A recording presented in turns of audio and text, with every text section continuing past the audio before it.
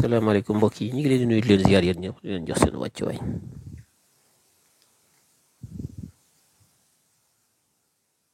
di ñaan suñu kàddu yi fekk leen ci jàmm di leen ñaanal jàmm di sàkku ci yéen jàmm aussi di wax rek ku dugg ñu mën ko partager mu yaatu ñu tàppate ko ñu mën a def benn waxtaan bu gàtt incha allah ñu jox seen wàccuwaay yéen ñëpp ñu ngi leen di nuyu di leen jox seen wàccuwaay yéen ñëpp jaa leen jëf.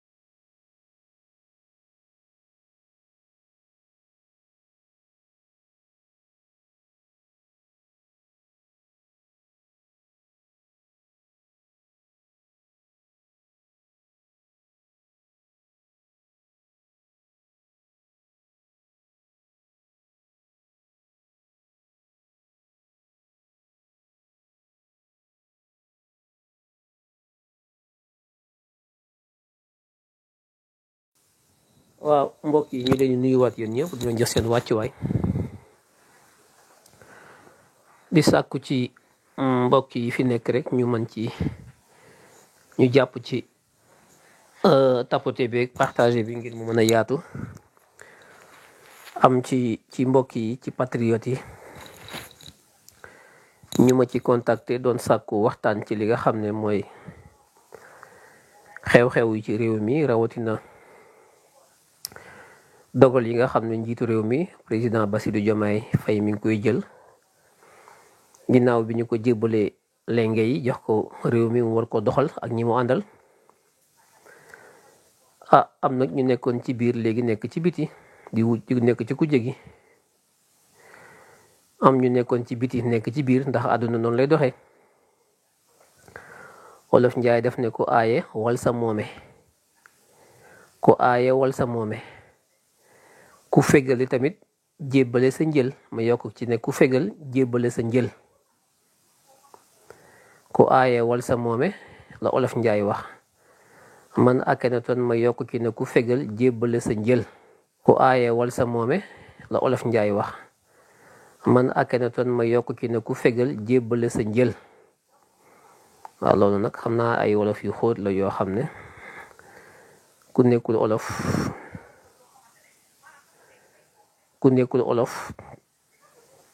wala yaruñu la ci olof gu xóot doo ko mën a dégg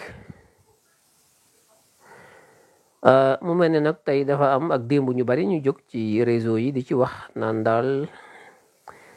ñi jiite réew mi tey te muy majorité bi nga xam ne mooy la majorité des patriotes président Bassirou Diomaye Diakhar Faye jiite ko nekk ca bopp ba di président bi mu tabb gouvernement biñ ko falee ba noppi mu war cee teg ñi nga xam ne ñoo war a ànd ak gouvernement bi liggéey muy directeurs généraux yi ak directeurs yi waaye war a tabb tamit ñu baree bari ci ay poste yu baree bari yoo xam ne bari na lool daanaka defagu ci dara lim def daanaka du dara par rapport ak lim war a tabb ci ay nit.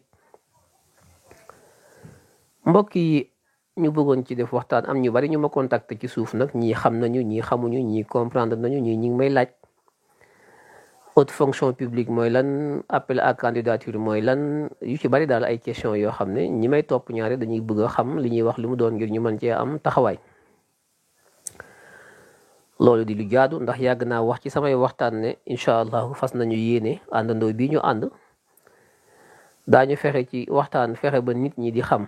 ndax li ëpp ci politique mooy nit ñi xam ràññee ba lu mën a xew ñu mën ci am xalaat boo xam ne day tegu ci xam-xam. ndax lu ko mooy am ñoo xam ne dañuy yàq dañuy nekk ci biti wala ñu nekk ci biir bëgg a yàq na sa xelu askan wi di leen wax loo xam ne ñoom sax di wax amuñu ci xam-xam. moo tax day laaj saa su ne ñuy ñëw di def waxtaan ak yéen di ko def d'une manière pédagogique instructive de manière à permettre à tout un chacun de comprendre donc les b.a.-ba de la vie politique sénégalaise. di ko wax ci waxin wu suufe waxin wu simple waxin woo xam ne bu ñu leen ko faram fàccalee ñi nga xam ne sax xëy na yàlla dogal na ñoom amuñu aptitude yi amuñu dégg nga maam mën a xam gi mën a ràññeet léegi waaye bu ñu leen ko faram fàccalee ci faram fàcce yu leer yu simple daañu ko mën a dégg ndax ci réew mi la ñu bokk. kon tey mbokk yi dégg ngeen ñenn ñi nekk ci réseau yi rawatina ci benn média bi nga xam ne dañ leen daan fay di leen jox xaalis ñuy lekk léegi ñoom ñi ngi ci biti gisatuñu xaalis bu jóge ci palais bi ndax loolu moom dafiy jóge. waaye ñi nekkoon ci nguuru Macky Sall di nguuru di noos di lekk alalu ñu réew mi ñoom tey ñoo nekk ci biti seeni nguur jeex na seen ay jeex na ñu war a joxe ayu jàmbur ñu ne rek dañu koy yàq xajamal ko. waaye loolu lépp lu normal la parce que politique moo tëddee noonu mënoo xëccoo ba jot li nga jot am ñu ko yoroon bàyyi ko tamit ñooñu nga ne ñooñu it dañuy toog di seetaan ñoom it jaadu na ñoom it ñuy opposition moom droit constitutionnel la. démocratie moo ko nangu kon ñoom ñi opposé dañ leen di nangul seeni opposé comme ñun niñ ko doon defee démb waaye ñun ñi nekk ci bopp réew mi di ko doxal ànd ak Bassirou Diomaye ak premier ministre Ousmane Sonko dañoo war a am taxawaay boo xam ne aussi bu dara xewee lu mënti xew ñu mën cee indi suñu xalaat indi ci suñu xam-xam indi ci suñu ay argument ak suñu ay lay yoo xam ne ñoom ñi nekk ci biti ci kujje gi di wujje buñ ñu gaaralee benn mbir teg ko ci ko taabal ji ñu mën cee indi suñu ay lay indi ki suñu xam-xam moo xam mu méngoog ñoom la ñuy wax wala mu wuuteeg loolu ñu teg ko ci ko taabal ji ba askan wi mën a tànn loolu parti bi nekk ci pouvoir bi moomu ko opposition bi nekk ci ku jéggi moomu ko loolu alalu démocratie la démocratie moo nangu wuute waaye lépp na tegu ci yar teggin ak xam-xam loolu moo tax ku mel ne man damay sawar ci ñuy werante ci argument ci lay kenn ku ci nekk li ngay dëggal wala li ngay dàq nga indi lay wu dëgër woo xam ne moo koy saxal moo xam nga ànd ak ñi nekk ci bopp réew mi moo xam nga ànd ak ñi nekk ci ku jóge waaye lu ci nekk na tegu ci xam-xam loolu lu am solo la ndax day dundal démocratie te sag la ci réew mi. kon mbokk yi laata ñuy dugg ci waxtaan wi ñu doon sàkku rek kenn ku nekk ci yéen mu jël ci boppam tuuti rek daal di koy tapoter partager ko ba ñi nga xam ne xëy na yëguñu ñu mën a tàbbi si ñu bokk waxtaan ndax lu mu gën a yaatu moo gën ndax dañuy bëgg li ñuy wax mu yaatu ku ko mën a enregistré nga enregistré ko tasaare ko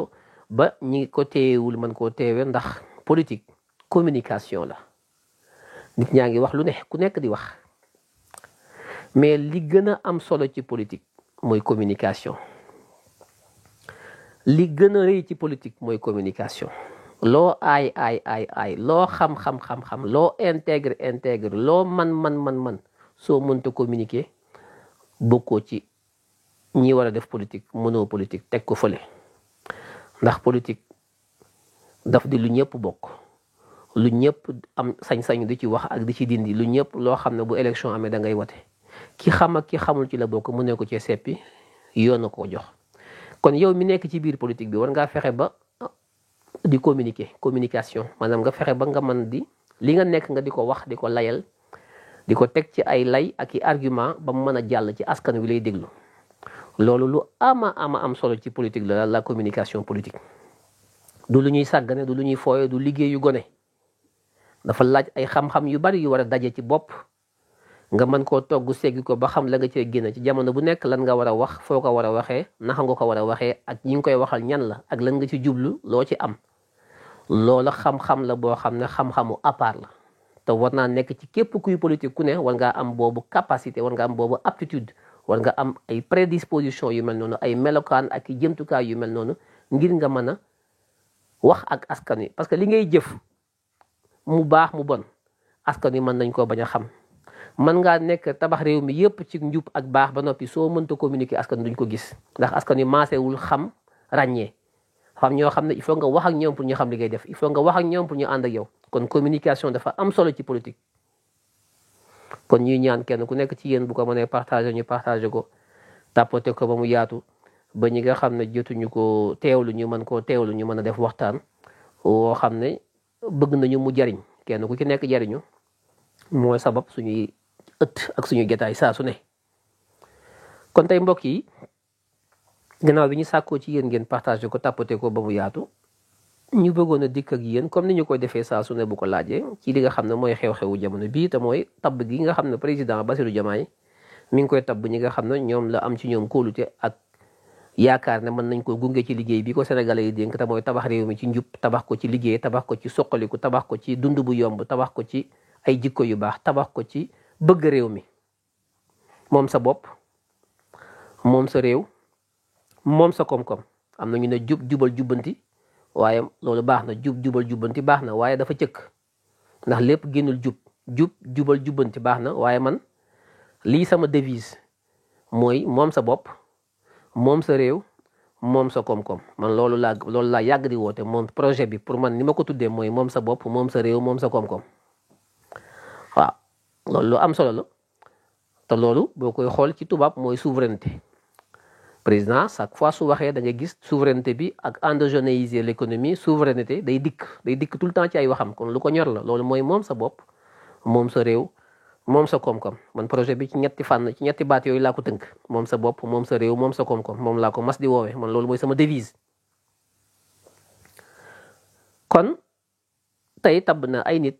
démb ci conseil des ministres ci ay poste de responsabilité yu am solo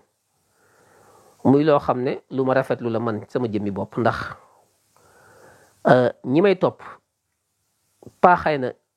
TikTok parce que TikTok bi ma fi ñëwee yàggul maa ngi woon Facebook ak YouTube mais ñi ma yàgg topp Facebook ak YouTube yàgg war nañoo xam ci man Akhenaton ne man dafa am lu ma gëm fondamentalement ci politique ndax politique science la mooy lépp loo xam ne dafay dooleel sa base day dooleel sa parti politique day tax nga gën a am doole man loolu dama koy défendre ci politique parce que xam naa luy politique xam naa logique yi nekk ci politique xam naa lan mooy falaate ak luy foolaate donc loolu soo ko xamee ba noppi li lay fal waroo koo caaxaane nit ki li koy fal waroo ko caaxaane lu mu war a fonk la war a nekk li koy fal te mooy parti politique bi la téye njaboot gi nga àndal ci biir parti politique bi ñuy xeex ak yow ànd ak yow loolu da nga ko war a fonk ndax loolu lu jig njaaga mooy jaag te loolu mooy sa noflaay mooy sa ndimbal bu njëkk ñi nga àndal ci parti ànd ak ñoom ba dara dul dara ngay joo ko daanu ngeen di woote ñu gëm la ànd ak yow ñooñu lu mënti xew na nga xam ne ba dara du dara ñoo fi nekkoon ñoo ànd ak yow nga gëm ñu gëm ngeen di jàpp di lëcc ba taxaw tey am ñeneen ñu ñëw tàbbi ci am ñeneen ñu ñëw tàbbi ci ñu ci tàbbi di ci tàbbi ba mbooloo taxaw waaye ba léegi mbooloo mi doyul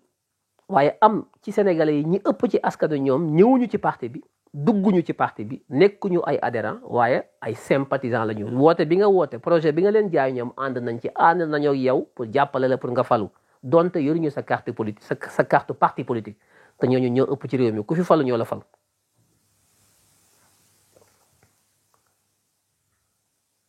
nga am kon ñaari njaboot bi nga xam ne ci parti bi la bokk yor carte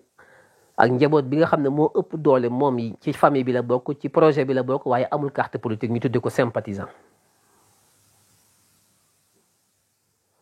njaboot bi ñaar ñii tey sa njaboot boo faloo ñoo la fal boo mënee jël décret ñoom ñoo tax boo mënee folli ñoom ñoo tax ndax ñoo ànd ak yow gëm li nga woote ànd ci yow xeex bu ko laajee dal ci ay fetal bu ko laajee dugg ci kaso bu ko laajee lu mu laaj ñu taxaw ànd ak yow ndax gëm projet boobu. kon tey boo ñëwee ba falu li ma gëm man te ma yàgg ko wax mooy ñooñu dañ leen a war a dooleel ñooñu dañ leen a war a jàppale ñooñu ñooy soldaaru parti bi ñooñu ñooy ñi nga xam ne bu dul woon ñoom musibaam. moo tax bu ngeen seetloo ci ñi ma yàgg a topp ci YouTube ak Facebook TikTok yàgguma fi bi problème mu ay cumul posé woo ci biir Pastef rawatina bi ñu defee élection locale yi janvier 2022 problème bi taxaw parce que problème bi mosut a posé woo ci biir Pastef rawatina bi ñu defee élection locale yi janvier 2022 problème bi taxaw parce que problème bi mosut a posé wu parce que boo nekkee ci parti politique man ngay toog rek di wax say mébét man suñu fu ma faloo damay tere lii damay tere laa statut lii di bind lu la neex parce que bi toog di bind lu yomb la ak yor sa xalaat ndax benn sama xarit bi daf ne ma woon am xel xalaat bu rafet bu ne da ci judd mu ne ma kenn ku ci nekk sam xel mën nga cee xalaat lu la neex mën nga cee xalaat ba xalaat ci àjjana mën nga cee dugg àjjana ci sa biir xel mën nga cee dugg àjjana ndax xel mën na lu ne xalaat yi mën naa rafet bëgg-bëgg yi lu ne mën nga xel mën naa tabax lu ne ma ne ko waaw loolu dëgg la mu ne ma waaye nag ma ne ko mu ne ma li ngay janeer ci sa biir xel di ko mébét di ko bind ak di ko bëgg di ko wax ci sa biirum xel nee na tànk mi ngi ci biir xel mi rek day rafet day baax day neex a dégg ku nekk da koy bëgg ma ne ko loolu dëgg la mu ne ma waaye nag ma ngay yàqoo ci bu génnee ci xel mi nag ñëw ci place ñëw ci mbedd mi li ngay mébét ci sa biirum xel lu jekk lay doon lu rafet nga di ko wax mu rafet nga di ko génne mu rafet waaye nee na boo ko génnee ci xel mi nag ba yebbi ko ba yàq ko ci jin li ba teg ko ci kaw mbedd mi nag nee na foofu ngay xamee ndax li nga doon xalaat mu rafet li nga doon xalaat jàpp ne mën naa nekk ci sa biir xel mu rafet léegi boo ko yebbee ba teg ko ci ëtt bi ba askan wi mbooloo mi tiim ko nee na ci ngay xamee ndax dana jàll wala du jàll. réalité ak rêve bokkul li ngay janeer bokkul ak li am dëgg sur le terrain moo tax man musuma gëm règle yi nga xam ne def nañ ko ci biir parti Pastef benn bi mooy non cumul gëwuma ko musuma koo gëm te défendre naa ko publiquement waaye tamit appel à candidature bii nga xam ne ñoom dañu ko wax tugal ko seeni programme ànduma ci bokkoon na ci point yi nga xam ne man ànduma ci programme ay ñu naan ay appel à candidature man ànduma ci boobu ànduma ci non cumul man dama gëm cumul la man moom laay défendre cumul moom laay défendre mais des cumuls compatibles cumul yi nga xam ne loi bi terewu ko man dama koy défendre cumul yi nga xam ne c'est pas compatible loi wu Sénégal moo koy interdire mais man du ma nekk Pastef wala ma nekk sympathisant ànd ak Ousmane Sonko di xuloo ko xeex di fal ay jàmbur ñoom ñuy cumuler man may fal samay nit ba pare man leen yéen du ngeen cumuler ñoom jàmbur yi di am doole gi sama kaw doole man samay nit ma leen di néewal doole te doole jooju moo tax ñu mën a jot ci pouvoir bi bu ñu mënee tey fal ay maire fal ay député ba fal président mbooloo moo tax doole nit nag du xeex ba am doole ba noppi nag di wàññi dooleem yàlla du la jox doole nga di ko xañ sa bopp loolu ak torox tànge la moo tax moom am na ñoo xam ne lu parti bi décidé rek ànd nañ ci man nag dama am objectivité am critique vis-à-vis du parti ak des décideurs non cumul ànduma ci waaye tamit appel à candidature ànduma ci waaye tamit ànduma ci léegi yàlla jox nañu pouvoir fal nañu Bassirou Diomaye Faye président Ousmane Sonko mooy premier ministre bi léegi ñi ngi ci biir état léegi ñoo yor dogal yi bu ñu demee ba ci kanam di ngeen gis la tax ma ne man ànduma ci parce que opposition bokkul ak pouvoir yor sa parti politique bokkul ak boo yoree pouvoir dafa am ay réalité dafa am loo xam ne boo nekkee ci biir pouvoir nga koy xam te loolu da nga koy fàggu da nga koy waajal loolu moo tax man ànduma ci ñi ndax naan non duñu cumul man dama gëm cumul un député war na mën a nekk député war na mën a nekk maire en même temps cumulé ko député maire waaw parce que partout dans le monde c'est comme ça parce que c'est cohérent parce que lu jaadu la parce que une élection dafa am légalité am légitimité nit ki mënta nekk ci koñam ne day politique nekk ci parti ñu tabb ko ca koñ ba wala ca dëkk ba mu dem élection ñu dëkk ba fal ko def ko maire mu nekk maireu dëkk ba askan wee ko fal waa dëkk baa ko fal dafa am légitimité élection député yi ñëw comme am na base parce que fal nañ ko maire ci commune bi mu ne mais élection député yi tamit damay bokk parce que man dëkk bi bëgg nañ ma ñoo ma fal maire am naa fi base am naa légitimité am naa popularité te démocratie loolu la mu def boppam ci liste yi ñu fal ko ci département bi mu nekk député ñu ne ko da ngay tànn entre nekk député ak nekk maire mais pourquoi muy tànn pourquoi muy tànn ki askan wi fal def ko maire ci commune bi élection législative ñëw département bi def ko maire def ko député pourquoi kan moo koy tànn la pour kan moo am légitimité na ko yow da nga war a tànn au nom de quoi loolu c'est pas la démocratie c'est une décision antidémocratique c'est une bavure contre la démocratie parce que la démocratie c'est le pouvoir du peuple par le peuple et pour le peuple nit ñi ñooy falaate ki taxaw ne damaa bëgg a nekk maire askan wi fal ko kooku dafa am légitimité élection législative ñëw mu taxaw damaa bëgg a nekk député département bi def ko député kooku ñaari mandaam yooyu kenn mënu ko bàyyi askan wi ko jox benn nit taxaw fële ne da ngay bàyyi benn fan la ko teg décision wu benn nit wala décision wu benn parti ndax dafa ëpp doole décision wu askan wi ñoo conférer le pouvoir Bassirou Diomaye Faye mii askan wi ko def président doole ji mu yor yëpp askan wi ko jox kon askan wi ñoom ñooy le lieu du pouvoir le lieu de la légitimité et de la légalité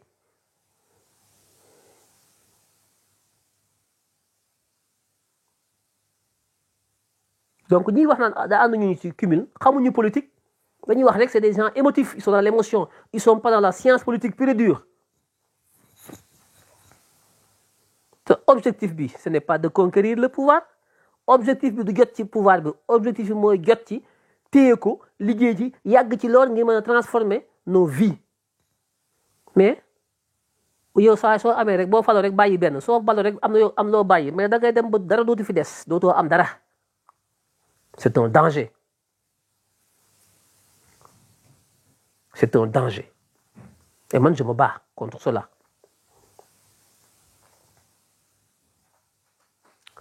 je suis d'accord am na ay incompatibilités yoo xam ne c'est la loi qui les a prévues député maire astafurlah ministre maire wala des choses comme ça am na ay incompatibilités yoo xam ne loi bi moo ko teg nga xam ne day maase ñëpp ci yem parti pouvoir ak opposition ñëpp ci yem mais yow benn parti nga jël ay dogal yoo xam ne yow yoon tegu la ko nga bëgg ko imposer sa bopp te ñeneen ñi ñoom te sukkandiku wuñ ci ñoom ñi ngi jéem a duufal di jéem a am doole yow ngay wàññi sa doole day am problème parce que bu fekkante ne yow saa soo amee ndomba tànk tekki sa benn ndomba tànk ci parti bi ñi nekk ci responsabilité état yi dootuñu am responsabilité ci biir parti bi ku koy yore parti bi ku koy dundal ñi nga xam ne ñoo nekk responsable ci biir état bi bés bu ñu demee ñoom ba amatuñu responsabilité parce que dañ leen a nommé mën nañoo xëy dàq leen kuñ ci dàq nooy def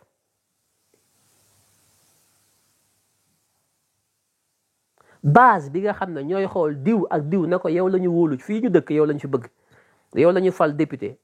yow la ñuy fal maire bu ñu doon tànn ministre na ku ngeen tànn yow la ñuy tànn parce que askan wi kooku la wóolu ngeen na ko yow doo cumuler mais bëgg-bëgg askan wi moom fu ñu koy def confiance u askan wi koy tànn moom fan lañ koy def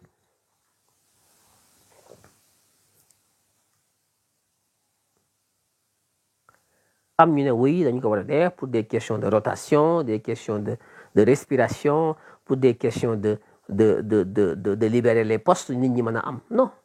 démocratie amul ay postes yu ñuy maye démocratie amul ay postes yu ñuy saraxe démocratie amul ay postes yu ñuy séddale démocratie ay postes yu ñuy xëccoo la par la légitimité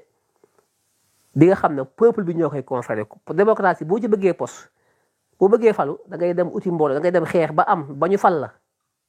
c'est le peuple qui élit mais doo toog naan oui comme fal nañ ko na bàyyi keneen ñëw déedéet xëccoo la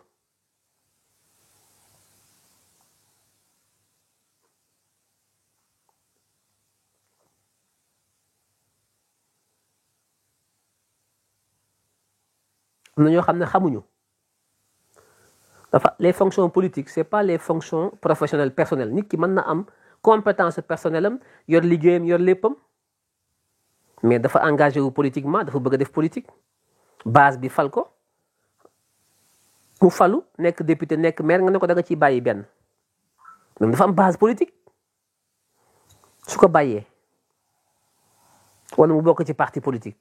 nga ne ko bàyyi ko mu bàyyi ko bu ëllëgee légitimité bi mu am ci biir parti bi base bi moo taxoon dañ ko jël def ko ci biir bureau politique bi parce que dafa am base dafa am assise politique ancrage local la am ñu tànn ko ne ko yow comme fi nga dëkk yaa fa gën a siiw nit ñi bëgg nañ la dañ lay copte yow wala boog élection moo lay indi ci bureau politique bi ñu fal la DG wala ñu fal la leneen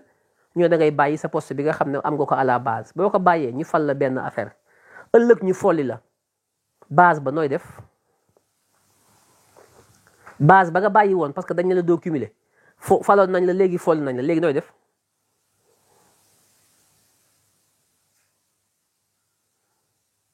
parce que dafa am ñuy wax ñu bari ñoo xam ne xamuñu dañuy wax rek mais xamuñu xam ñu ban mooy droit d'ingérence Mariam Sy xam nga luy droit d'ingérence ah Mariam Sy mi bind na le non cumul des mandats permet de limiter le droit d'ingérence xam nga lan mooy droit d'ingérence Mariam Sy yow mi bind li sànq ba léegi yaa ngi bind est-ce que xam nga lan mooy le droit d'ingérence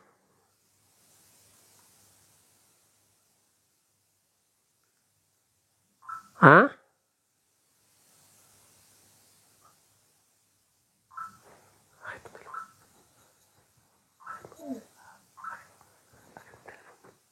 le droit d'ingérence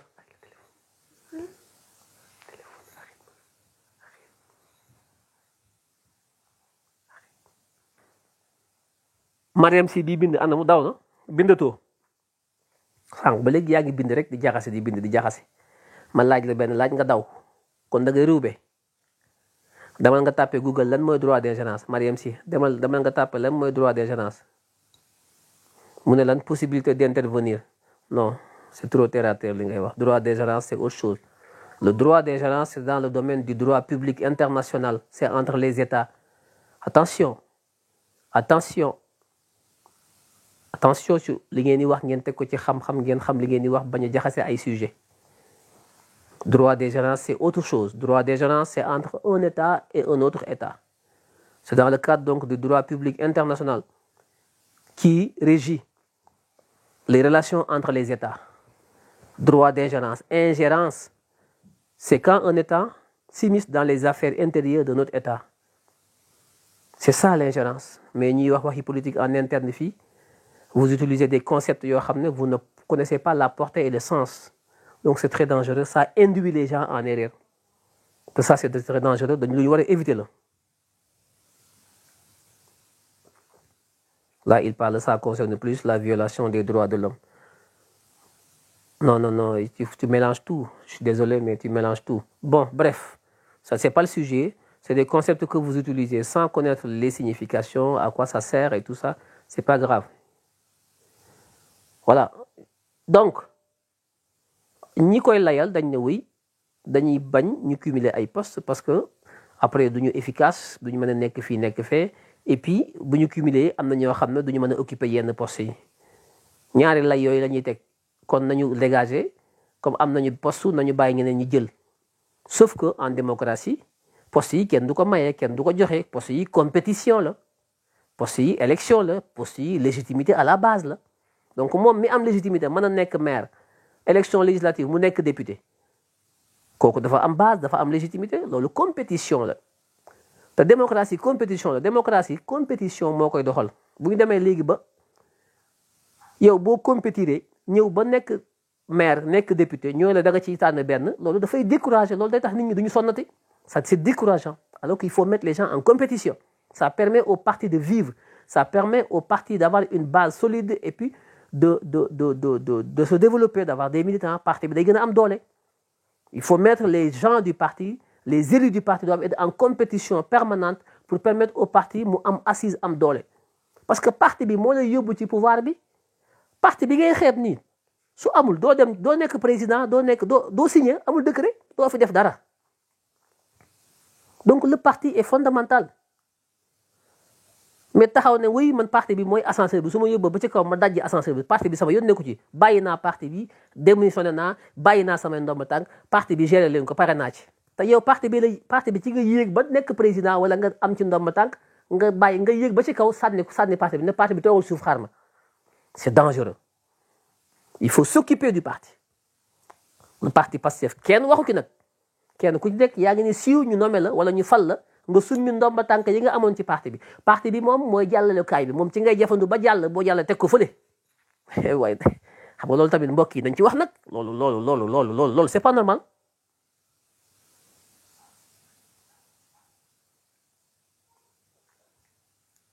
c'est pas normal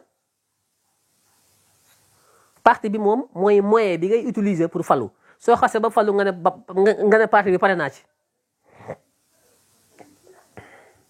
loolu nañ ci bàyyi xel attention loolu moo tax li nga xam ne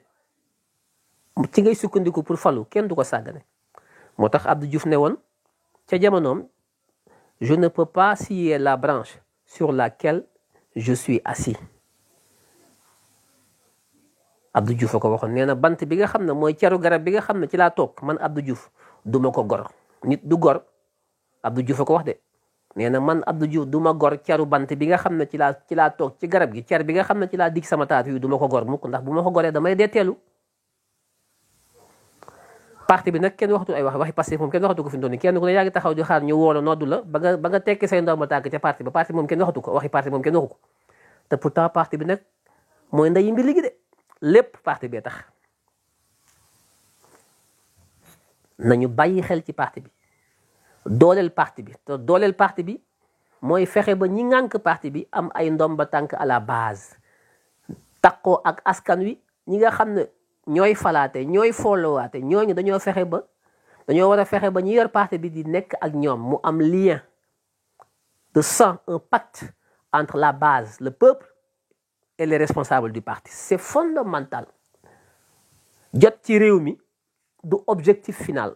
Transformer réew mi mooy objectif final bi te transformation boobu jot ci réew mi taxul mu sotti transformation boobu yàgg ci réew mi mooy tax nga mën koo def ndax ça demande du temps pour yàgg ci réew mi nag il faut que nga takkoo ak base bi te base bi ci parti bi lay jaar kon parti bi dañ ko war a dafa war a am ay tentacule dafa war a am doole dafa war a am ay nit yoo xam ne dañuy nekk ci parti bi buñ ku ci compétent ñu jox la ay ndomba tànk nga boole ko responsable politique à la base pour élargir parti bi yokk ko amal ko doole parce que plus parti bi di am doole ci mbooloo plus ngay gën a mën a toog ci bopp réew mi te plus ngay gën a toog ci bopp réew mi plus ngay gën a mën a soppi réew mi qualitativement donc il faut pas rêver.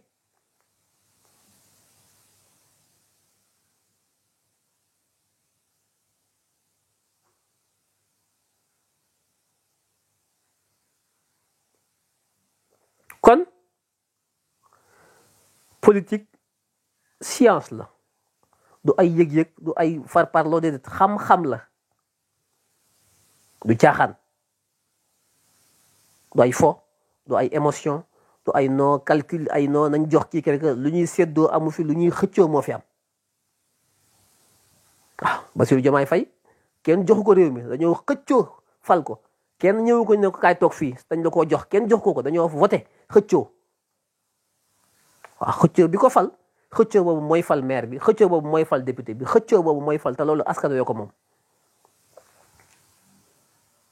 moo tax tey démb tànn nañu ay nit mu tabb leen def leen ay directeurs généraux am ñu génn ne waaw dañu ne woon dañuy def appel à candidature kan moo waxoon dañuy def appel à candidature kan moo ko waxoon ah appel à candidature kan moo ko wax président Ousmane Sonko wax na ko ci programme 2019 am bi mu nekkee candidat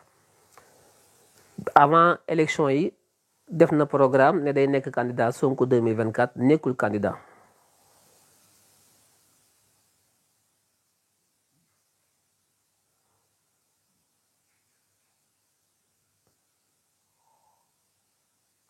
Bassirou Diomaye def programme ci biir programme bi mu ciy préciser moom Bassirou Diomaye Faye président ne bu faloo am na certains postes certains la wax du yëpp am na ci yenn ci poste yoo xam ne de la haute fonction publique daañu ko soumettre def ko appel à candidature loolu la wax ci programme am yenn poste yi de la haute fonction publique daañu ko def appel à candidature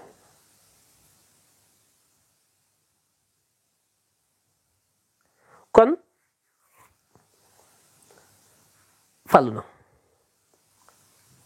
fal nañ ko mais buñ ko falee ba noppi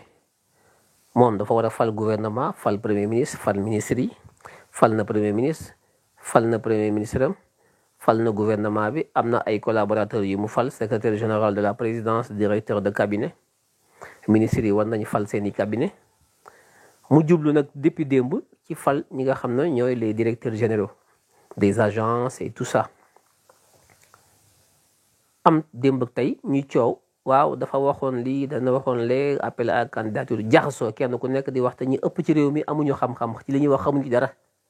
ñi ëpp ci ñuy wax duñu wax ci xam-xam c'est Sénégal c'est comme ça malheureusement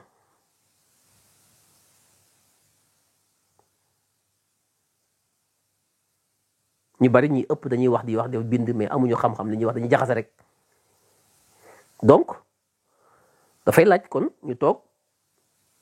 expliquer dans l'orthodoxie li nga xam ne mooy li am mooy appel à candidature bi ñuy wax ñoom di ko exiger naan woy patati patata appel à candidature mënoo falu rek commencé ko doxal mënoo falu tey damay def appel à candidature mënoo ko def parce que appel à candidature amul ci réew mi amu fi amul Sénégal kon lu bees la lu bees nag boo ko bëggee doxal da nga koy yoonal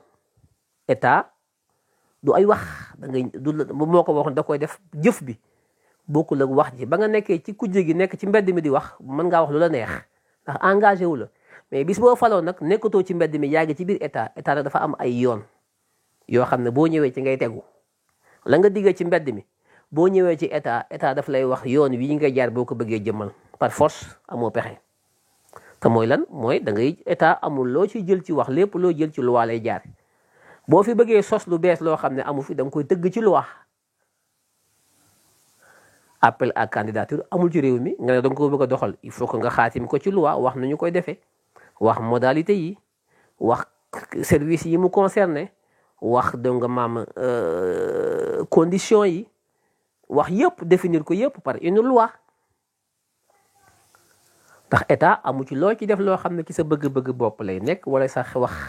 lépp loo fi wax dañ koy xaatim ba mu leer ñu def ko ci loi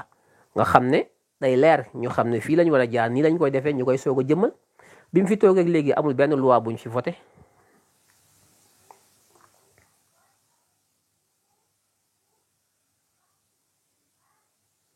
mën na ko def dans le domaine de la loi wala mu def ko dans le domaine réglementaire mu nekk décret d'ailleurs bu ma juumul bokk na ci instruction yi mu joxe premier ministre pour ñu préparer ko benn projet de décret d'application décret boo xam ne da koy xaatim ne nii ak nii la ñuy defee appel à candidature bi conditions yi modalités yi choix yi nii la ñu koy defee loolu lépp dafa laaj ñu dëxañ ko ci benn décret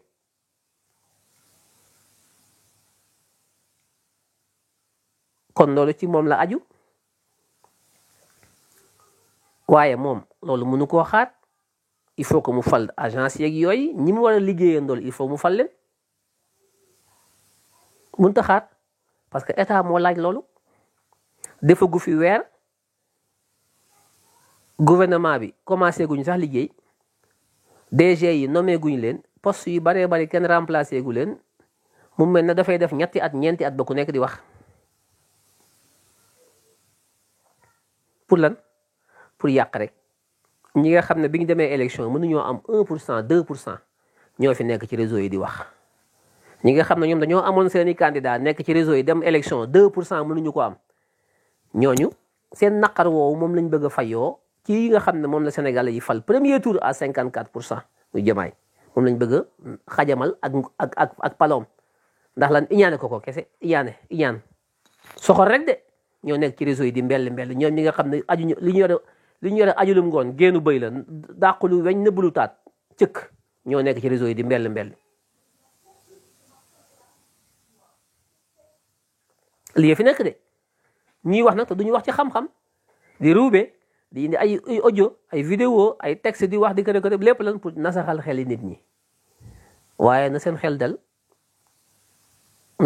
parce que loolu moom ñun bu fekkee wax argumenté ak réseaux sociaux yi loolu ñoom duñ ñu ko jàngal ñoom la ñu waxoon def mooy dem lijjanti seen 1 ak 2% yooyu ñu am naka lañ fexe ba am 2% lu tax ñoom rombuñu 2% loolu la ñu wax a def mais duñ ko def ña ngay lijjanti ko am 54% nan def na lii ak deful la ak def na la moom lu ko neex lay def moom dafa am légitimité askan wee ko fal su ko neexoon mu def lu ko neex moom ndax askan wee ko jox bopp waaye ñi nga xam ne ànduñoo ak moom faluñu ko dañoo amoon seeni candidat di lëkki te mënuñoo am 1% 2% ñoo nekk ci réseau yi di mbell yi ñoom gàcce du leen rey ñàkk jom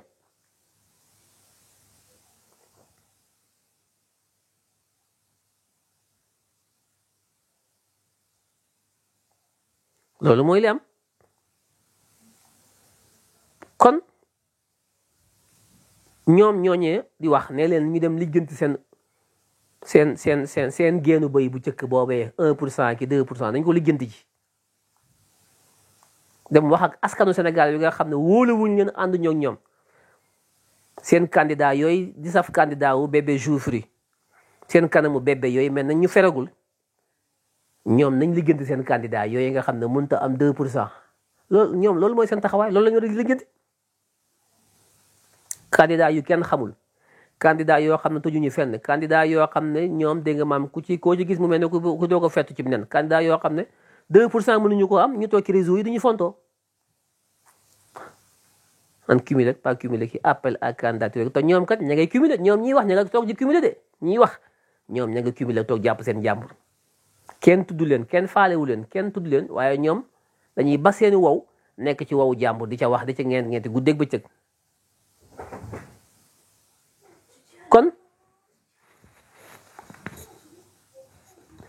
kon na ngeen am fulla xam bu baax li ñuy wax lan la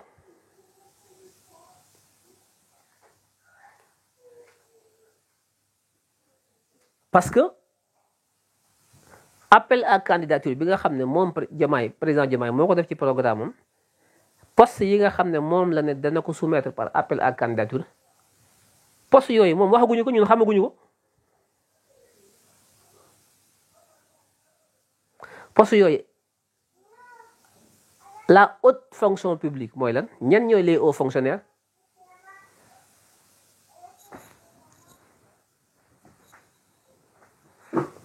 lan mooy les hauts fonctionnaires et ferme la porte et sors d'ici dépêche-toi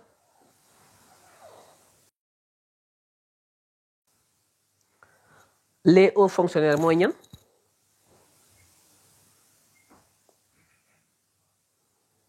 mais appel à candidature loolu boo ko defee yow kooku dafa am ay risque sax il y a de gros risques parce que gis nga politique c'est d'abord la confiance gaa yi wax way compétence patati patati yooyu yëpp dëgg la li njëkk ci politique critère politicien kii politique li muy njëkk a tànn ci nit ki muy liggéey mooy confiance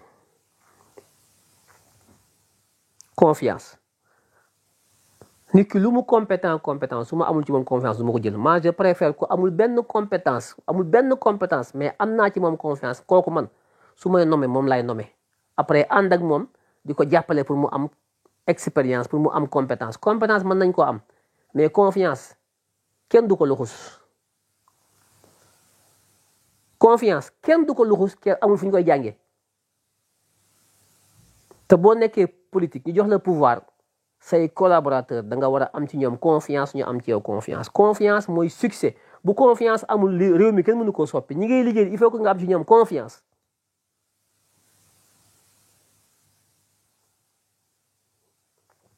mooy critère bi njëkk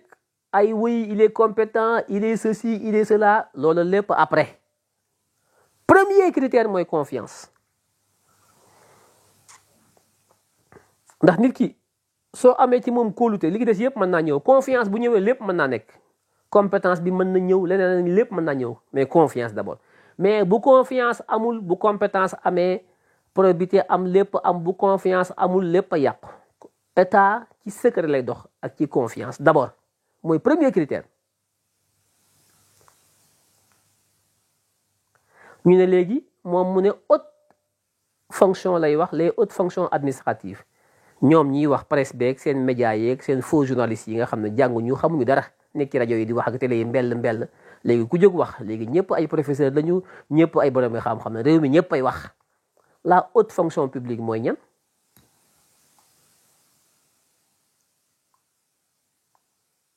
La haute fonction publique c'est qui ñoom ñiy wax ku leen ci wax laaj leen ko lan mooy le haut fonctionnaire mooy ñan qui sont les hauts fonctionnaires ñan ñooy les hauts fonctionnaires mooy ñan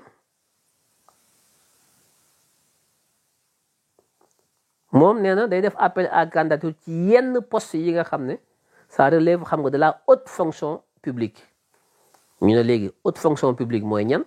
hauts fonctionnaires yi mooy ñan loolu projet de décret bi nga xam ne wax na premier ministre na ko préparer décret boobu su génnee mooy wax lan mooy haute fonction publique ñan ñooy hauts fonctionnaires naka la ñuy defee appel à candidature bi yan document ngay dugal yan critère mooy la ñuy définir ñan ñoo koy saytu kan mooy nommé ak nomination yi yëpp dafay am ay conditionnalité loola loi bi indeegu ko est-ce que dafay toog moom ba loi bi ñëw muy soog a nommé DG yi ñëpp bàyyi fi ñi nga xam ne ñoom la ñu gagné sénégalais yi ne bëgguñu leen ñu war leen fa jëlee indi ñi nga xam ne ñoom la sénégalais yi ne yéen la ñu wóolu ngeen ngeen toog di xaar déedéet.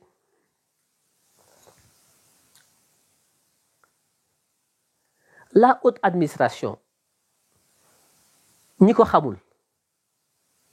mooy ñan mooy les gouverneurs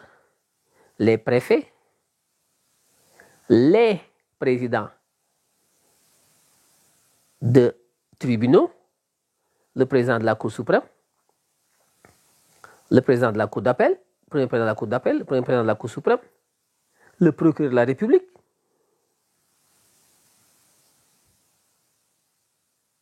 Oui.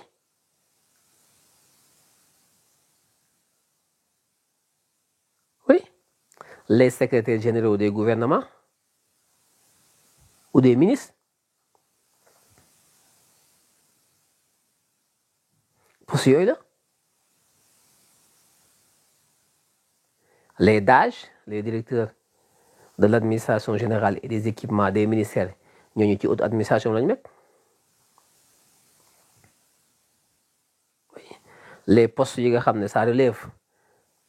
des corps constitués la douane les impôts l'armée les généraux le général de l'armée, le général de la gendarmerie, le directeur général de la police nationale, ça c'est la haute administration.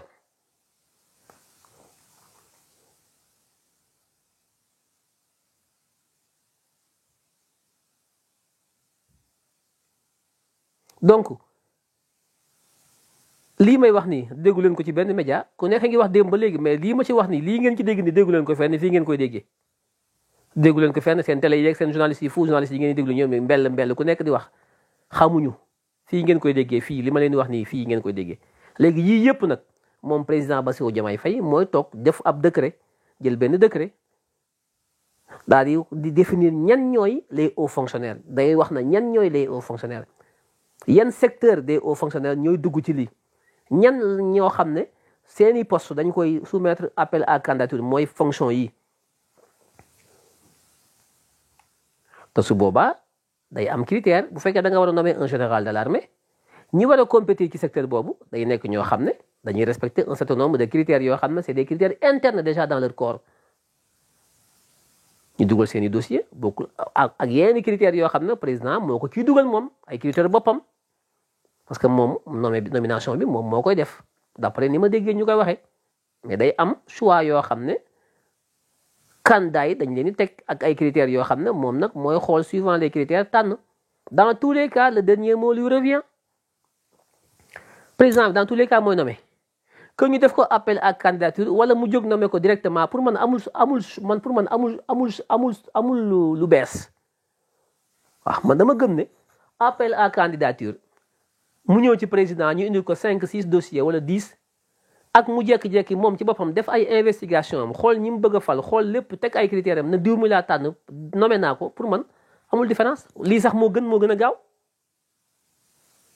parce que mbir mi nekkul ci ay xam nga appel à candidature ñoom ñu ko wax lan lañ ci jublu lan pourquoi ñu bëgg ko def lu tax ñu bëgg a def appel à candidature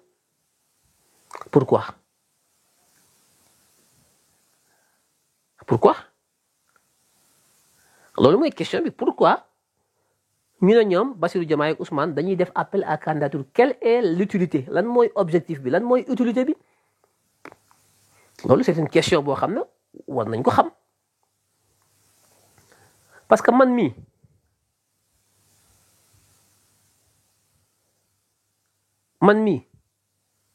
damaa gëm man sama bopp mii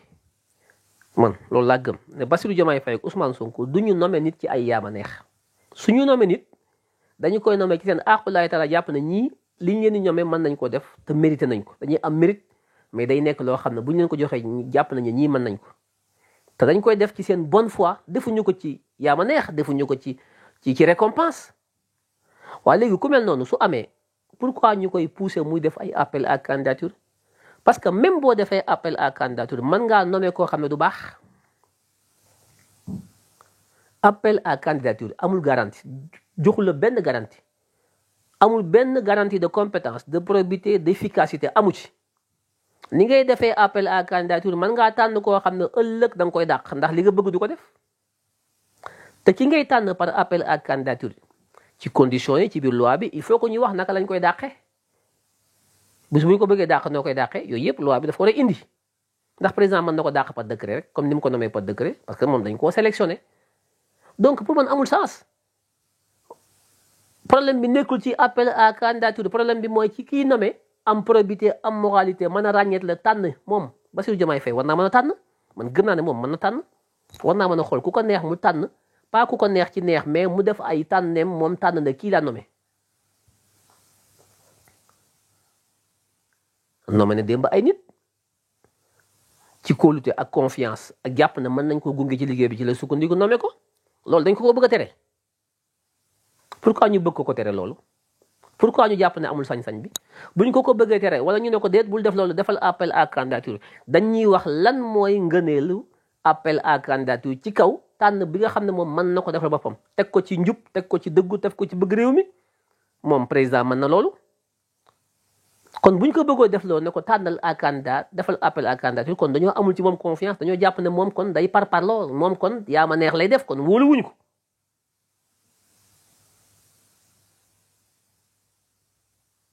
kon man dafa am lu ma gëm mooy légitimité à la base politique bu la nit ñi xasee ba fal léegi ngay yaa ko yore li gi des lépp boo koy jëf yow mi ñu fal na nga xool ci say valeur sa éthique ak sa valeur ak sa bëgg-bëgg réew mi ak sa patriotisme ngay agir ci loolu kanta nag nga bëgg ko compliquer naan damay def ay appel à candidature loolu wër loolu wiiri jaari ndaare la parce que dans tous les cas décret bi moom benn signature ki ñuy nommé benn nit moo ko nommé mooy président bi loolu moom jógu fi damay appel à candidature rek damay dossier rek wiiri ci kaw taabalu bureau président mooy signé mooy nommé mooy folli mooy fal loolu koy kon loolu dafa jar wiiri président bi da baax rek su baaxee jub di tànn ci njub di tànn ci bëgg ci réew di tànn ci confiance di tànn ci compétence kooku kay nañ ko bàyyi mu falaate waaye nag bu fekkente ne moom ci boppam moom moo xañ boppam boobu faculté boobu possibilité xanaa compliquer liggéeyam su boobaa nag leneen lay doon parce que nag appel à candidature bi kenn forcé wu ko kenn du loi moom président moo ko teg boppam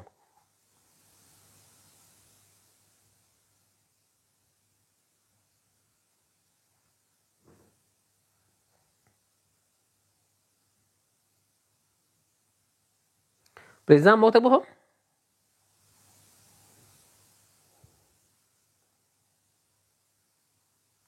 kon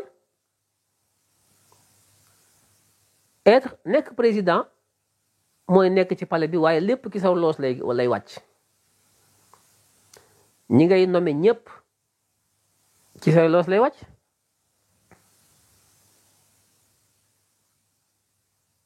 booy def appel à candidature ba am dossier wu Mamour Diallo wala dossier Lat Diop wala nga am dossier je sais pas man kan Bassirou Gueye wala nga am dossier Moussa Fall nooy def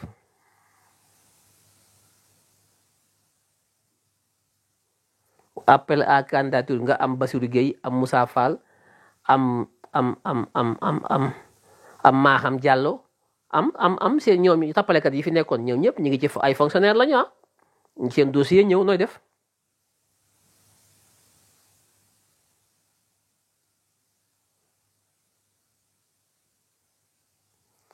nooy def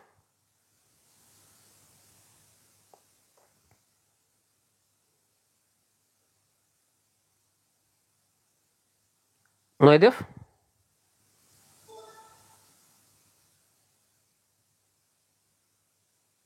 damay laaj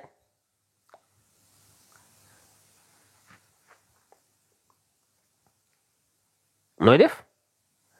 rien ne change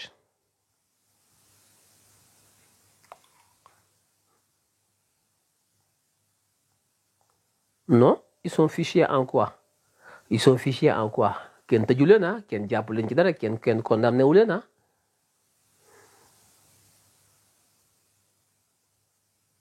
kenn condamné wu leen fichier oui mais kenn condamné wu leen c'est des fonctionnaires ñi ci ëpp da ngay appel à candidature ñu dugal seen dossier bi ñëw ci sa comptable nooy def dama lay laaj attention ci li ñuy def la compétence elle est présumée compétence c'est présumé gis nga compétence yi ñuy wax compétence loolu lu ñuy wax la mais compétence bala ñu koo xam nga dugg ba génn ci la ñuy xam ndax compétence mais ku duggagul compétence loolu moom compétence foo koy natte compétence ça se présume oui il est compétent loolu nga yaakaar mais da ngay bàyyi ba nga nommé ko ba mu liggéey ba génn ci ngay xam ndax ku compétent la ou pas donc tout ça amul sens on perd du temps président moom la ñu fal moom la askan wi fal na tànn ni ko constitution bi maye muy fal na fal ku mu bëgg a fal mu baax mu ban na ko fal su paree assumé mais di wër loo naan oui damay appel à candidature tu perds 5 ans nga fi am ñàkkagul nga fi 1 mois ça va vite 5 ans yi day gaaw a jeex amoo temps bala ngay ximbali ko bay toog ba kii mandat bi jeex na nga war a demaat nag ci askan wi su boobaa nag ñi taxawoon fii di wax ay appel à candidature rek ñi nga doon kërëb ñoom dañuy toog di la xaar parti bi militants yi ñooy jógaat futteeku dem xeexi pour nga faluwaat soo paree tegaat leen fee ba jëmmi jamono encore attention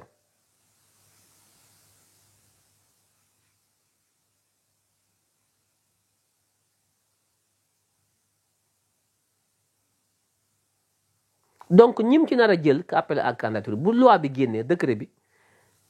mu nar a jël su génnee daañu xam yan poste la concerné yan condition la mu leer mais mënoo ñëw rek faloogo ñu naan la da nga war a def léegi da nga parce que ñi nekk ci ku jégeeg ñiy xeex ak ñiy bëgg a si jabo dañooñu amuñu argument donc loolu mooy benn bi nga xam ne mënagul appliquer li nga xam ne diggante ko ci mooy quelques postes quelques services quelques directions yi nga xam ne dafa relever de la haute fonction publique ñu war ko def appel à candidature man nag ànduma ci man gëwuma appel à candidature ànduma ci mais comme moom loolu la diggee loolu la bëgg a def am na ci droit mais man ànduma ci léegi nag dinañu wax définition yi il va nous définir les modalités pratiques d'organisation de mise en œuvre de choix de tout ça dinañu ko wax critères yi yëpp on saura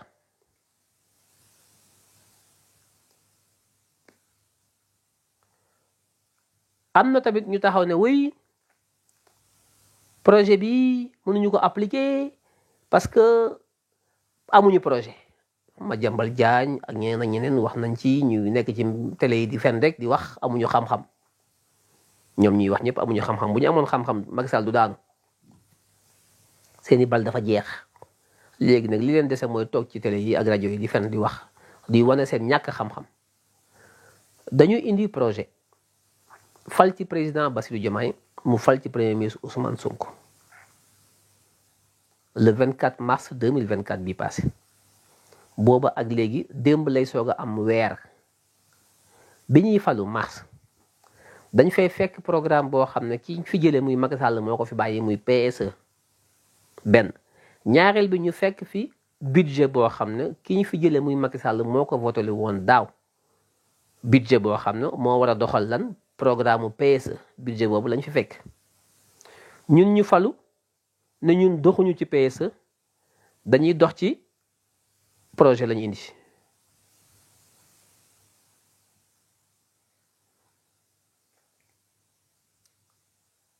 déglu leen bu baax li ma leen di wax dañu fay fekk gisuñu Macky Sall ak xalaatu Macky Sall ak budget bu mu voté pour doxal ay xalaatam Sénégalais yi ñëw élection na Macky Sall bëggatuñ la say xalaat ak say nit ak say lépp sànni ci àll ba dañoo bëgg xalaat bu bees nit ñu bees ay njiit yu bees loolu la li xew 23 mars 24 mars loolu lay tekki bëgguñu PSE bu Macky Sall bëgguñu Macky Sall bëgguñu ay nitu Macky Sall bëgguñu lenn ci Macky Sall soppi nañ leen li ñu bëgg mooy Bassirou Diomaye Diakhar Faye ak projet Bassirou Diomaye Faye ak nit yi Bassirou Diomaye Faye ak budget boo xam ne budget Diomaye Faye lay doon loolu la Sénégal yi voté waaw loolu bi mu amee ci élection ñu war a fal Diomaye fal ko war koo jébbal lenge yi bi mu fi faloo ak léegi mënu fee appliquer projet bi mënut a nekk projet bi Bassirou Diomaye Faye war a doxal mënaguñu koo doxal mënut a nekk ndax sooy soog a ñëw fekk am loo fi fekk dina am app booy jël pour que li nga bëgg a diju il faut que nga jël app boo xam ne li nga fi fekk nga bëgg ko déjji nga bëgg ko dindi nga dindi ko loolu dafa am temps mënoo ko def ci weer Macky Sall bi mu faloo 2012 dafa am programme bu mu faloo bi muy falu dafa bàyyi programme mu Ablaye Wade bu mu fi fekkoon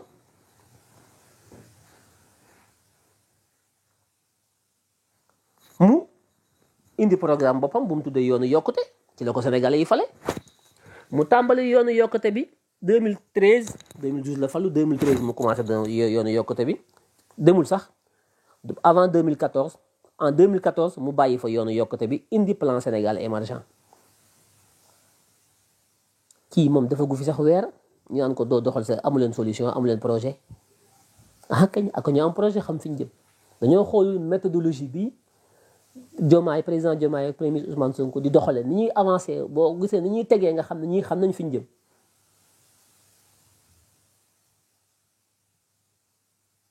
ñoom xam nañ fi ñu jëm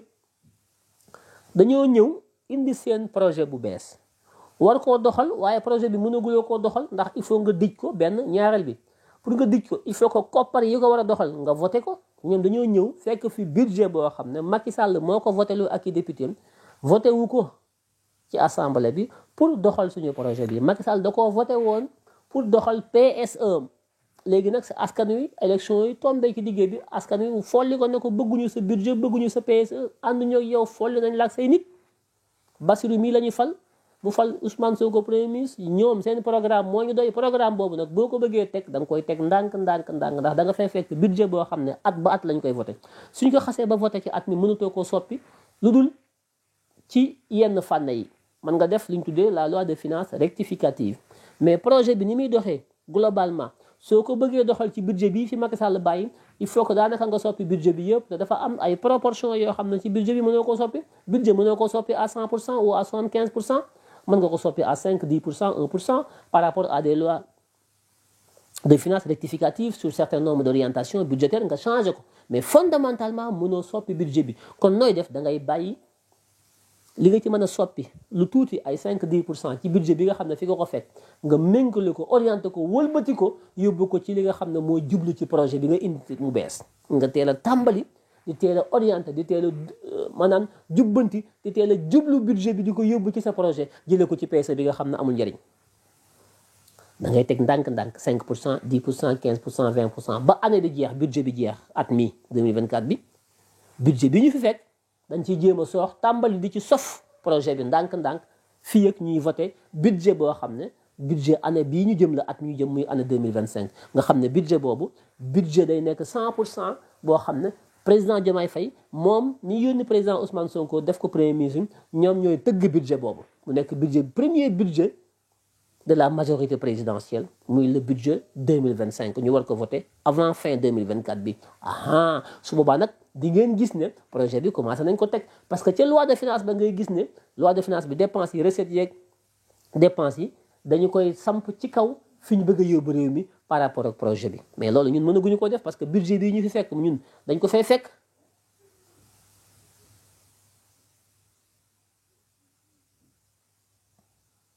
xawma ndax yéen a ngi may dégg lii may wax ni ay ñoom ma jàmbale ki faux journaliste ñi ngeen seetaan ñu nekk ci rajo yi télé yi di wax ñoom duñu wax ci xam-xam xamuñu finance publique xamuñu loi de finance xamuñu yi may wax yëpp xamuñu ko ñu ëpp ci ñuy wax li may wax xamuñu ko du ngeen dem ci benn fekk fotol ñu teg ay débat yu technique débat yu simple di ko expliquer mu leer di wax joo xam ne dafa tegu ci xam-xam amul ci réew mi amul Sénégal gépp amul ci télé yi amul ci média amul fenn werante rek mbell rëy làmmiñ waaye xam-xam bu leer déedéet kon at nii ñu nekk 2024 bi programme yi ci Bassirou Diomaye Faye di appliquer ak Ousmane Sonko c'est des programmes transitoires moo tax le président de la République conseil des ministres le 17 bi passé mu instruire daal di wax premier ministre ne ko naw jël ay matuwaay fexe ba ministre yi nga xam ne tabb nañ leen ñoom ñëpp kenn ku ci nekk nag xool ci li nga xam ne moom la fi fekk boole koog li nga xam ne moom moo nekk ci projet bi ñu xool luñ ci mën a jukki lu ndaw loo xam ne day génn ci projet bi ñëw ñu mën koo jëmmal ci biir PSE bi nga xam ne am na ci loo xam ne xëy na mën nañ koo téyandi le temps que ñuy voté budget bu bees boo xam ne fii ak 2025 day jël en charge et en compte li nga xam ne mooy spécifiquement le projet li nga xam ne moom lañ indaale waaye comme bala ñoo àgg foofu il faut que réew mi dox il faut que ñu continuer am na ay programmes yu ñu fi fekk yoo xam ne Macky Sall la ko fi bàyyi ay engagement financier ay projets yoo xam ne ay investissement yoo xam ne ci cadre PSE bi la budgétisé nañu ko ba budget baa ngi fi loolu mënoo ñëw dagg lépp am na loo xam ne il faut nga yóbbu ko à terme parce que état moo ko engagé day am continuité mënoo falu ñu arrêté lépp loolu état du ko doxee léegi yooyu nga xam ne daañu ko évaluer yi nga xam ne baax na daañu ko jéem a pousse continuer ko yi nga xam ne baaxul daañu ko jéem a corriger orienter donc le budget par une loi de finances rectificative ci yeneen i projet yoo xam ne ci projet bi lañ ko jëlee suñu projet boole ko mu nekk benn mix projet boo xam ne tuuti ci PSE tuuti ci projet bi ñu boole leen ñu dugg ko ci budget bii nga xam ne moo nekk en cours en 2024 par une loi de finances rectificative pour mën a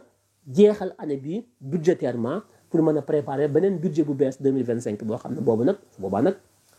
day jël compte bu baax a baax ci li nga xam ne mooy projet bi nga xam ne moom la ñu tabbee Bassirou Diomaye Faye président mu tabb ci Ousmane Sonko premier ministre donc dafa am glissement dafa am transition dafa am temps dafa am lu muy laaj loolu xam-xam na mais télé yi ngeen di toog di déglu gisaguma ci kenn ki télé yi ku toog di expliquer nii la phase transitoire le mix projet entre PSE ak projet Bassirou Diomaye Faye les contraintes liées donc à l'exécution du budget annuel actuellement en cours comment on peut sauver ba jàll sur cette phase transitoire pour pouvoir poser maintenant au cœur donc de nos actions les éléments du projet loolu dafa laaj xam-xam dafa laaj tegtal dafa laaj pédagogie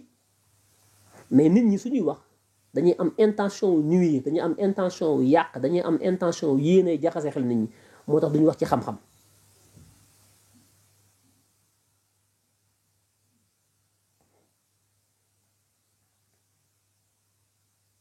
suñu mënee tapoter ñu tapoter live bi s'il vous plaît ku ci mën a jàppale ñu tapoter ko mu yéeg comme ça nit ñi mën a déglu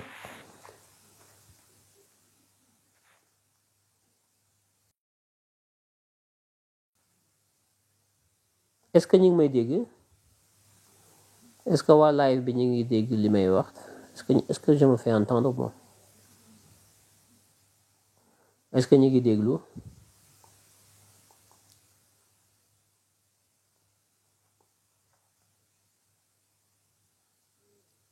ok kon ñiy wax naan wuy amuñu projet tout ça nekk ci réseau yi di mbelli ak ñu am projet ak vision mooy président instruit premier ministre Ousmane Sonko ne ko na wax ministre yi kenn ku ci nekk na def benn plan d'action prioritaire un plan d'action prioritaire ministère bu nekk na toog xool lim fi fekk saytu ko xool ko càmbar ko jukki ci loo xam ne lu ñu war a mën a doxal la ba at mi jeex ci budget bi nga xam ne fi lañ ko fekk ñu xool li nga xam ne moo ci gën a jàmp li nga xam ne moo ci gën a nekk lu amal njëriñ askan wi parce que li ñu fi fekk lu ci bare ay kasaw la waaye premier ministre nee na ministre yi li ngeen fi fekk xool leen li ci xaw a tane ci ngi askan wi ngeen indil ma ko balaa le 26 suba dañ ko indil lépp indil ko programme yi ñu fekk ci ministère yi organiser ko par ordre de priorité xool li nga xam ne mooy liñ ci war a jëmmal def ko ci te ñu fekk ko fi ñi fi jóge bàyyi ko fi ñu xool la ca tane parce que lu ci bari baaxul la ca tane ñu jukki ko mën koo wéyal continuer ko financer ko ci budget bi mu àgg ci juróom-benn weer yu njëkk ci at bi mooy janvier 2024 ba juin 2024 bi muy premier semestre parce que at bi ñaari semestre la muy 12 ans kon commencé nañ budget bi di ko exécuter 1er janvier ba le 30 juin bi du premier semestre bi li ñu fi jot a def ñoom ak ñun li ñu fi fekk loolu le président Ousmane Sonko ne nañ ko indil programme yi indil ko ay plan d'action mu am visibilité am xam fi mu jëm xam li mu fi fekk xam ne nañ ko indil programme yi indil ko ay plan d'action mu am visibilité am xam fi mu jëm xam li mu fi fekk xam li ci war a continuer li ñu ci war a arrêter li ñu war a orienter yépp loi de finances rectificative yépp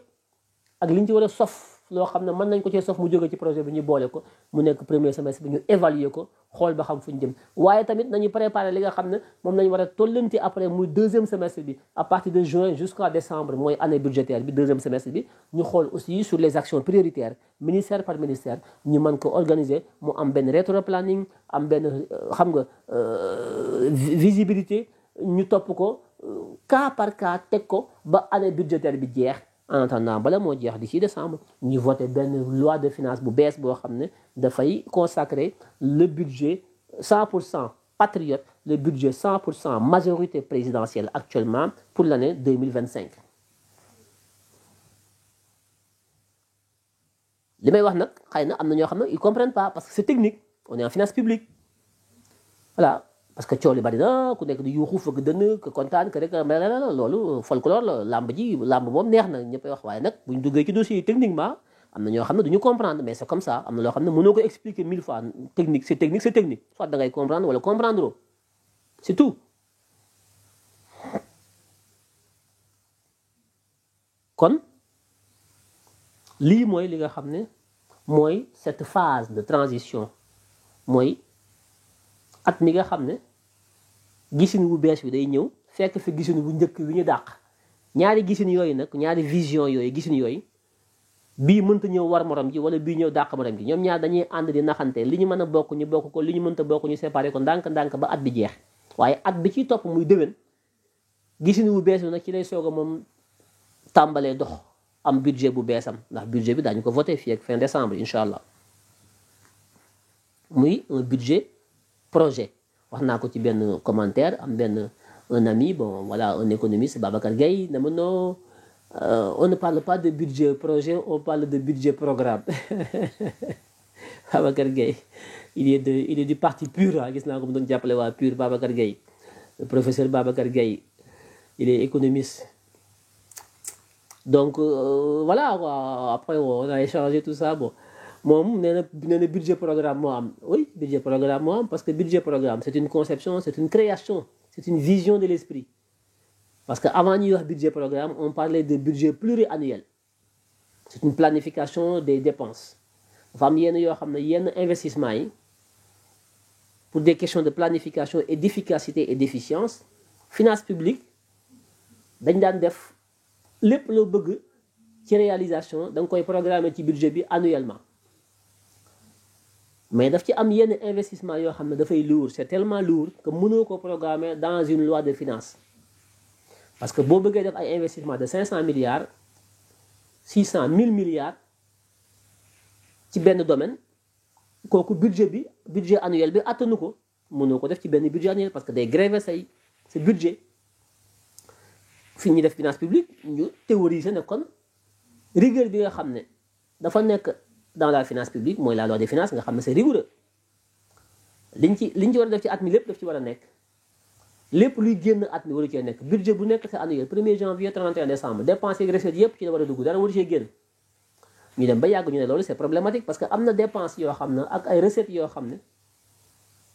mënoo koo am ci benn at da nga koy am sur plusieurs années waaye am na ay dépenses d'investissement yoo xam ne mënoo ko def ci benn at c'est lourd ci ay plusieurs années nga koy def kon nañu prévoir dans la loi de finances une souplesse ñu mën a programmer benn projet boo xam ne sur 3 ans lañ koy def par exemple recettes yi sur 3 ans lañ koy récupérer mais dépenses tamit sur 3 ans lañ koy def donc nañu def une programmation budgétaire sur 3 ans ce qu'on appelle un budget pluriannuel ñu koy wax di wax ba yàgg léegi ñu ne un budget programme mais yooyu c'est pareil budget programme budget c'est pareil Babacar Gueye xaw ma ndax yaa ngi may déglu ou pas.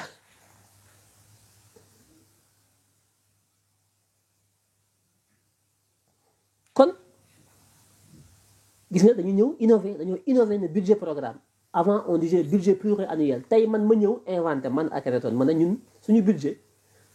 projet laa koy tuddee budget projet mu ne ma non budget projet amul on dit pas budget projet on dit budget programme ma ne ko kii di budget programme mu ne UEMOA moom la ñuy wax les institutions de Bretton Woods donc les PTF les partenaires techniques et financiers effectivement ñoom dañuy wax budget programme parce que programme moo gën a yaatu programme ce sont des projets regroupés c'est plusieurs projets regroupés en un seul projet wala boog plusieurs investissements yooyu def ci benn programme un programme sur plusieurs années donc loolu ay concept la yoo xam ne ñoom ñoo koy inventé man j'ai inventé le budget projet mu ne ma pourquoi nga wax loolu ma ne ko non quand je dis budget projet je ne le dis pas sous l'angle des finances publiques je le dis sous l'angle politique parce que budget projet amul dans la loi de finances amul en finance publique amul mais politiquement fi ma doon waxee moom la déggul man budget projet c'est une conception politique mooy ñun suñu budget c'est notre projet on va faire un budget qui va refléter nos ambitions dans le cadre du projet. C'est ce que j'appelle budget projet. Moi, le budget de 2025. L'année 2025, c'est le budget à 100%. Budget, c'est le budget de notre projet. Mais budget, c'est le projet. Moi, tout de suite, budget projet.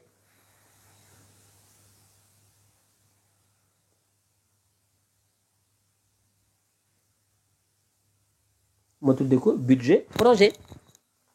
Le projet, c'est notre programme. Le budget, c'est la loi des finances. Parce que moi, ndax loi de finance budget bi projet bi lay programme bi lay financé ñaari yee fi nekk programme ak finance loo am programme boo amul xaalis doo ko réaliser kon xaalis bi ak mébét bi ñooy ànd mébét bi mooy projet bi programme bi xaalis bi mooy budget bi loi de finance ma jël ko nag toi di koy man maa ko inventé toi di koy parce que man j'aime bien aussi jouer avec les mots j'aime bien créer des concepts ma tuddee ko budget projet d'ailleurs loolu Ousmane Sonko maa ngi koy ñaan le premier ministre buy dem assemblée nationale di fa def DPGM discours de politique générale am na leen jaay le budget projet que budget bi ñu war a ñëw que mébét sénégalais yi li dëxëñ ci projet bi dëgg loolu année prochaine lañ koy commencer mettre en œuvre à travers notre premier budget projet. ma ne ko Babacar Gueye boobu ma ne ko 5 ans yi ñëw budget yi ñu fiy voté yëpp tous les budgets qui seront votés seront des budgets projets ce sont des budgets. Pourquoi je l'appelle budget projet? Parce que budget bi dafay correspondre avec les ambitions du projet. Parce que Macky Sall dafa ñëw ñu fal ko 2014 yoonu yokkute mu dem ba ci yàgg mu sànni fa yoonu yokkute bi indi plan Sénégal émergent ba ko sénégalais di fal jaayu leen plan Sénégal émergent pour bañ erreur yooyu Macky Sall def moo tax man suñu projet bi mooy suñu table de chevet mooy suñu livre de chevet suñu projet bi moom mooy li nga xam ne mooy le référentiel de notre politique publique mais le référentiel aussi de toutes nos futures lois de finances sur les 5 ans qui arrivent. C'est ça que j'appelle budget projet pour qu'il n'y ait pas une altération pour que le budget épouse les contours du projet moo tax ma boole leen def ko un binôme budget projet laa ko tuddee.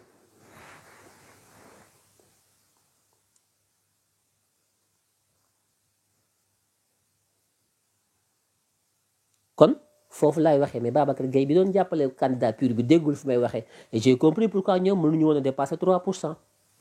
parce que quand on n'est pas dans l'innovation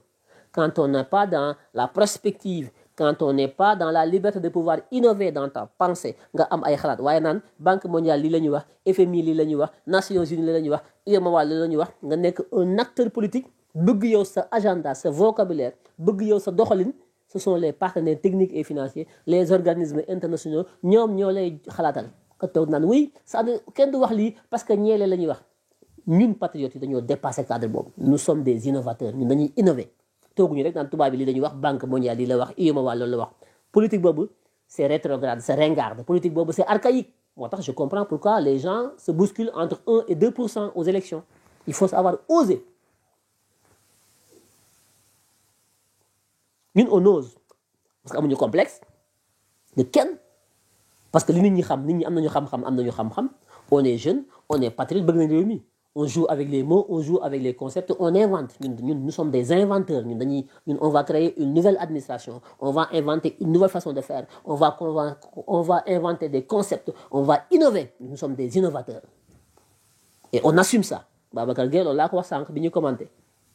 Parce qu'on n'a jamais eu ce courage là dans ce pays. On a toujours peur. Tout le monde a des concepts, des intellectuels.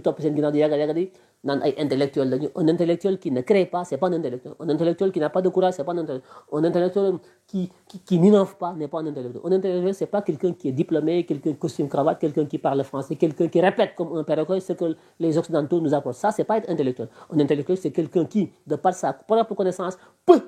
innover, peut créer, peut démontrer ce qu'il crée. C'est ça un intellectuel. Et ça, c'est la plus-value des gens de Pastef. Pastef, sa force, c'est ça. Ousmane Sonko dafa ñëw innover, dafa ñëw dajji sàkket yi dajji kër yi indi lu bees teg ko. gars yi naan kii wirul kii dafa dof kii dafa fit rek mu leen je m'en fous. Hargne boobu courage boobu moo manqué aux hommes politiques africains. Ils n'ont pas le courage. dañu ñëw Banque mondiale lii la wax, FMI lii la wax, UEMOA lii la wax, ñu topp yi di yàgga rek. Pendant des millénaires, on répète les mêmes erreurs, on répète les mêmes concepts. Jamais ñu osé ñun indi suñu ay xalaat teg ko ci table gi jamais.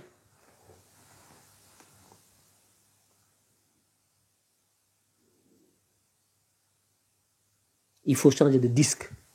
il faut changer de paradigme, il faut être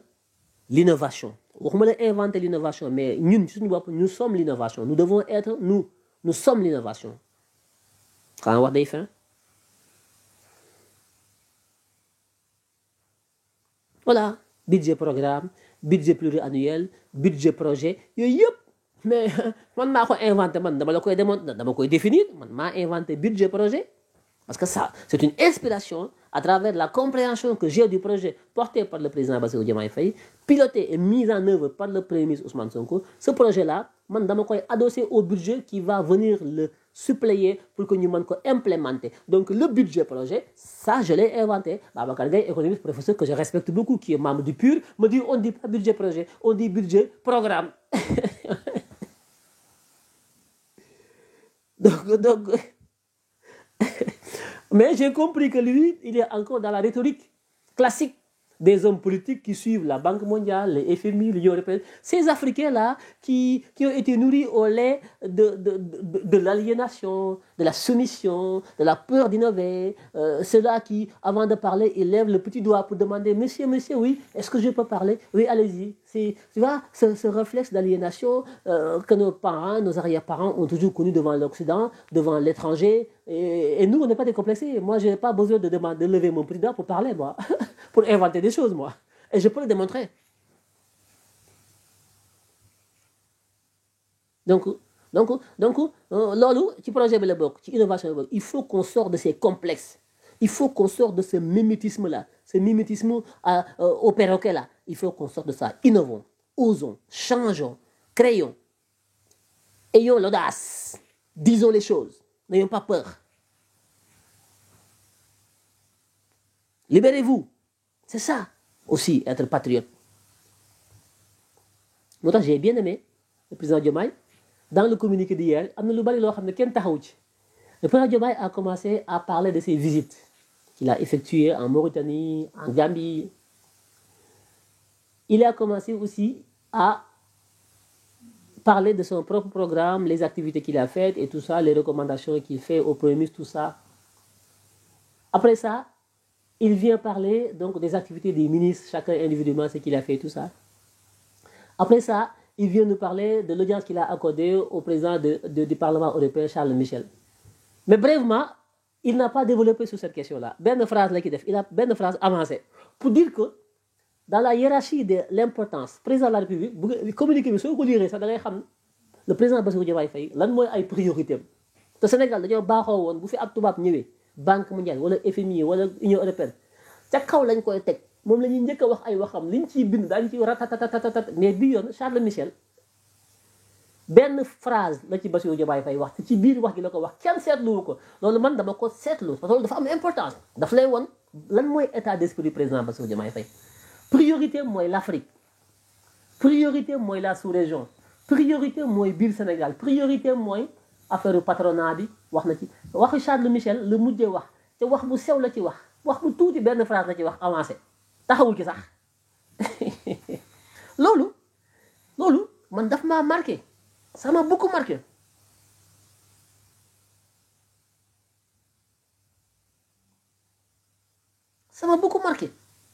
pour xamal les visites de Charles Michel visite bi mu def Mauritanie def ko Gambie patronat bi mu recevoir li mu bëgg ci réew mi di ko jox ko premier ministre déclaration ministre yi ci seen activité ci semaine bi loolu pour le président loolu moo gën a nekk priorité di wax ay waxu Charles Michel bu jógee Europe rek di ñëw di wax loolu benn phrase la ci wax qu'il a reçu le président du Parlement européen monsieur Charles Michel point waxul la ñu wax en général dañu daan wax ne oui on a discuté sur des sujets tac li ñu discuté yëpp dem leen ngeen xool archive Sénégal depuis Senghor ba léegi tubaab bu fi ñëw ñu recevoir ko communiqué conseil des ministres communiqué bi da jël 10 pages 5 pages yi ci tubaab bi lay dem mais bi yoon Diomaye benn phrase la ci wax benn phrase Charles Michel benn phrase xam naa moom dina am lu ko naqari Charles Michel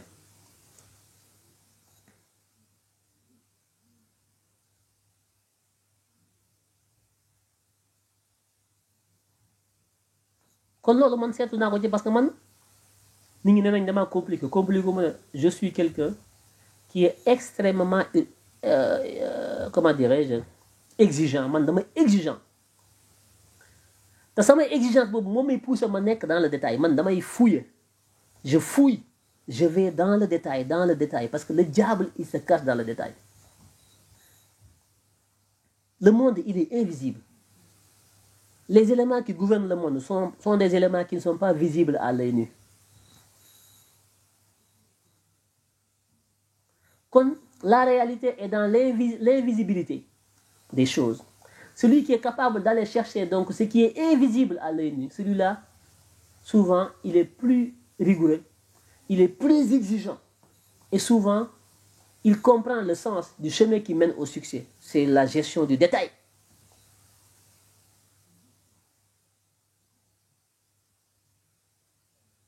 man damay moo tax ne oui c'est compliqué yow da ngay jubbanti fii léegi làpp am na ci ay làppato yoo xam ne ci biir parti bi ñoom des fois bu ma critiqué ñu critiqué ma oui da nga compliqué fekk le souci du détail c'est ça le développement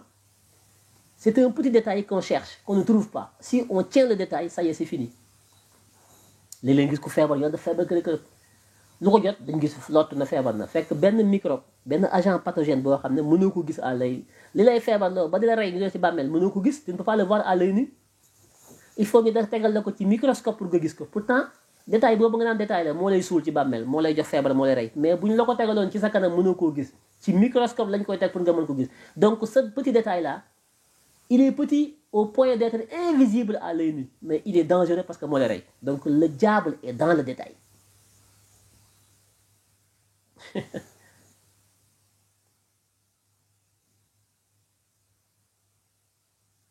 léegi nag man nag dañ ma étiqueté dafa compliqué dafa bari lu muy critiquer il est trop critique mais cette critique là c'est une critique objective c'est une critique constructive c'est une critique qui est dictée par le souci du détail le diable la perfection je suis quelqu'un man voilà je suis passionné par la perfection faire les choses dans les règles de l'art parce que le développement pour man il est derrière ce diable qui se cache ce détail qu'il faut chercher qu'il faut circonscrire qu'il faut comprendre qu'il faut disséquer qu'il faut expliquer qu'il faut maîtriser ce diable-là, qui est invisible.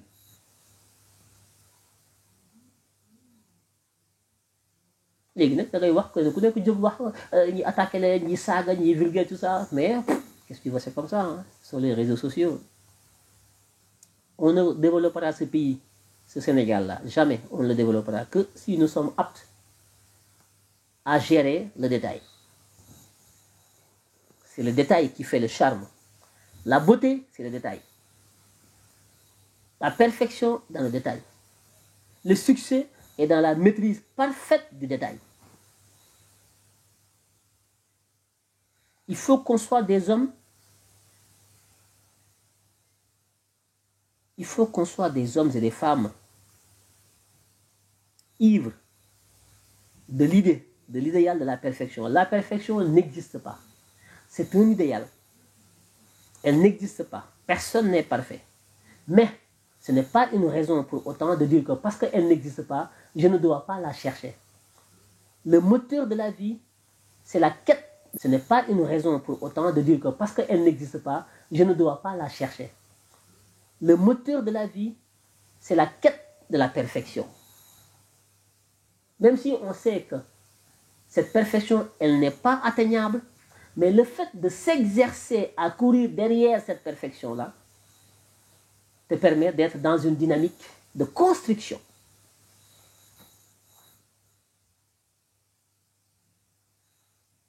moo tax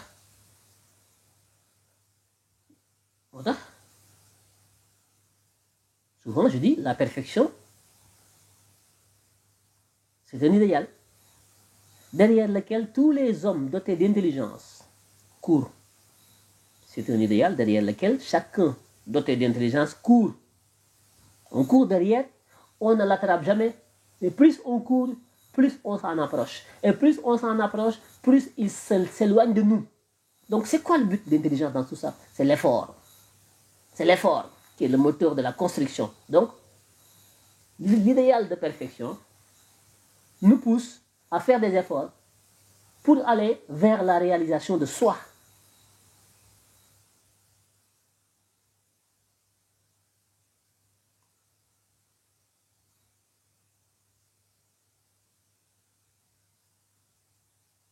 Donc, il nous faut être très sophistiqués, comme l'est notre cerveau. Notre cerveau est sophistiqué. Nous devons être à l'image de la sophistication, de la complexité de notre cerveau. Nous devons être capables de réfléchir, capables de raisonner, capables donc de pratiquer, de mettre en œuvre, capables de circonscrire le détail, capables de tenir le détail par la main. C'est en ce moment-là seulement que nous pourrons développer ce pays à tous les niveaux. Le travail, la perfection du travail, le souci du détail, la maîtrise du diable, tout ce qu'on fabriquera sera quelque chose qui se rapproche de la perfection. C'est en ce moment-là que seulement que nous pourrons maîtriser notre destin. Mais quand on fait les choses dans l'à peu près, on n'a pas le souci du détail. On fait des meubles, on ne les fait pas dans les dimensions qu'il faut. On construit des maisons, il n'y a pas de symétrie. On parle, on est dans l'approximation. On s'habille, même dans l'habillement, on doit être parfait quand on s'habille, parfait quand on mange, parfait dans tout. On doit être une machine réglée, une horloge réglée. Et ça, c'est pas chez nous, hein, ça c'est sûr. Hein. Quand tu es comme ça, on te dit, toi, tu es ceci, tu es cela. Bon, bref. En tout cas, les deux points sur lesquels je voulais intervenir, moi, la patience qui doit nous animer pour laisser le projet, qui est le programme du président élu, se déployer dans le temps et dans l'espace, à travers une loi de finances initiale qui sera votée avant la fin de l'année pour prendre en charge les programmes du projet à partir de l'année prochaine, 2025. Pour l'instant, on a trouvé un projet PSE, on a trouvé un budget voté en conséquence pour ça. On ne peut pas aujourd'hui jeter tout ça et mettre un projet, ce qui va affecter fondamentalement la sincérité du budget, donc de la loi de finances qui a déjà été votée l'année dernière, en 2023. Donc on laisse passer, on va faire ce qu'on peut faire avec, mais le gros sera commencé à partir de janvier 2025. Donc le premier élément. Deuxième élément, moi, li ma doon wax sànq ci wàllu appel à candidature yeeg cumul yeeg non cumul, parce que tout ce tient, c'est un bloc. Cumul, non cumul, appel à candidature, tout ça. Bu ngeen ko seetloo, ce ne sont pas des obligations de la loi. Du état, du droit, du réew mi moo ko forcé kenn. Ñoom waa Pastef, Bassirou Diomaye ak Ousmane, ñoom ñoo toog na ñoom dañu koo bëgg, ci seen i bëgg-bëgg la, ci seen i xalaatu bopp la. Donc du loo xam ne dañ ko fay fekk yoon teg ko fi. Bëgguñu ko cumuler, bëgguñu koo xam ne yenn poste yi dañ ko bëgg a lancer appel à candidature. Peut-être c'est chic, hein? C'est très exotique, c'est très, voilà, c'est bien, hein? Ça se vend bien, c'est quelque chose qui se vend bien. Oui, c'est un objet marketing. C'est un bon objet marketing. Non, on va faire appel à candidature, c'est très bien, hein? Ça, c'est un appel d'air, c'est très bien. Mais, sa mise en œuvre, est-ce que sa mise en œuvre est possible? Est-ce que sa mise en œuvre est réaliste? Est-ce que sa mise en œuvre tient compte des intérêts du parti? Parce qu'à force de vouloir montrer aux gens que nous ne sommes pas politiques, que nous ne sommes pas du parti, nous sommes des républicains, que nous sommes ceci, au point d'oublier les intérêts du parti, celui qui le fait, il se suicide politiquement. Parce que c'est pas la République qui t'amène aux responsabilités. C'est pas l'État, mais c'est le parti. C'est le parti qui légitime. C'est le parti qui élit. C'est le parti qui est la base.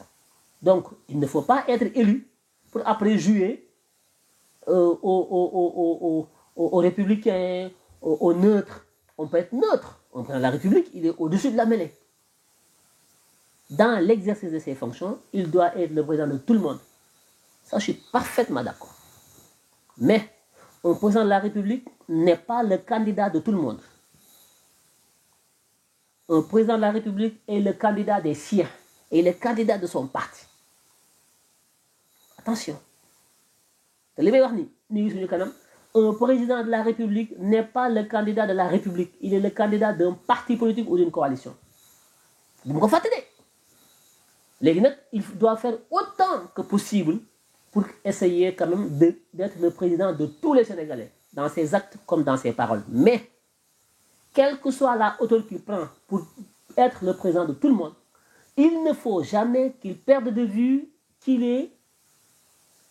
le candidat, ou bien il a été le candidat d'une partie, d'une catégorie de Sénégalais, yu xeex, yu dugg ci kaso, yu campagne, yu cotisé, yu def lépp ba fal ko. Bi muy bëgg a nekk président, il n'était pas le candidat de tous les Sénégalais, c'était le candidat d'une catégorie des Sénégalais qui s'est sacrifié pour fal ko. Kon bu faloo bëgg a jël ñooñu ak ñëpp yamale leen mën na nekk dans la gestion du service public na leen yamale. waaye nag na bàyyi xel ne ñii bu xeex waree am ñooy xeex, bu futteeku waree am ñooy futteeku, bu faluwaat waree am ñoom ñooy taxaw faluwaat. Kon na bàyyi xel ci ñoom. Comment moo ko xam, moo xam ni muy def.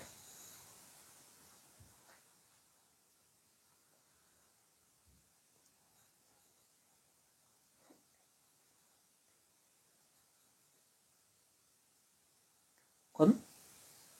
lii nañu ci bàyyi xel bu baax a baax a baax a baax. boo toppee nag ñenn ñi nga xam ne ñi ngi société civile,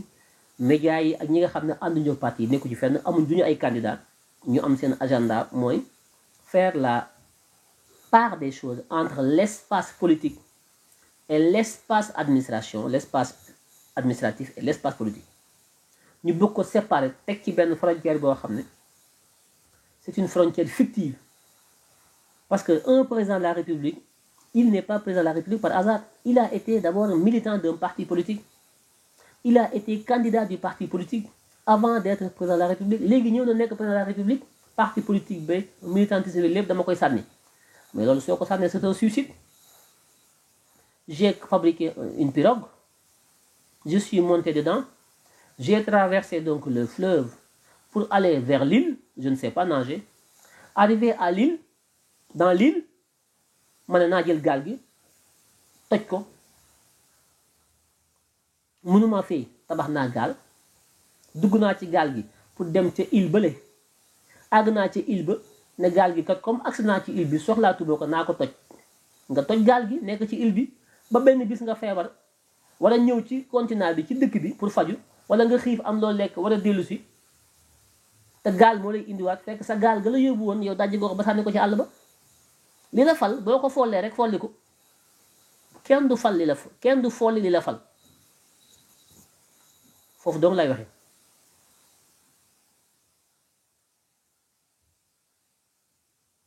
kon c'est le peuple bi mooy fal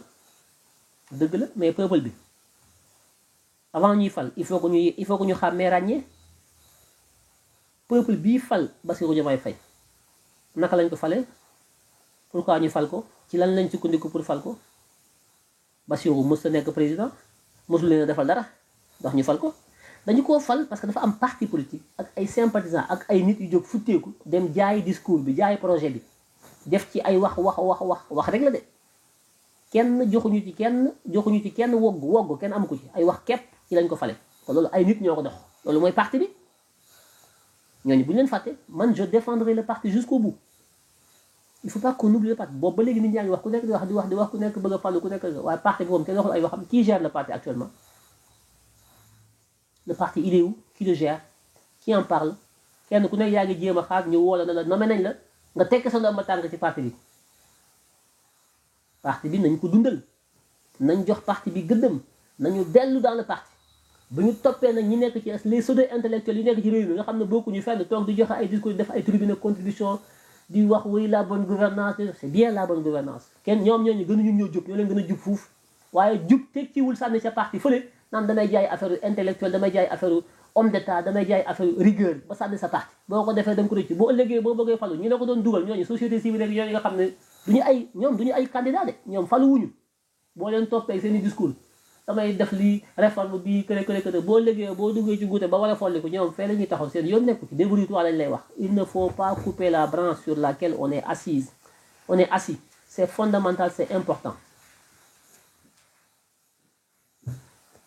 c'est très important.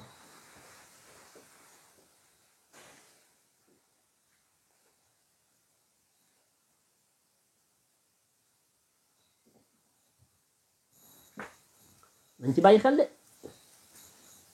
parce que moom fi mu toll nii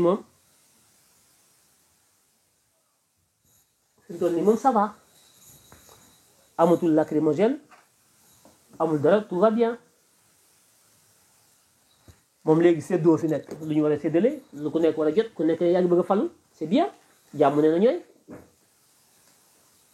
waaye nag bu ñu fàtte parti bi de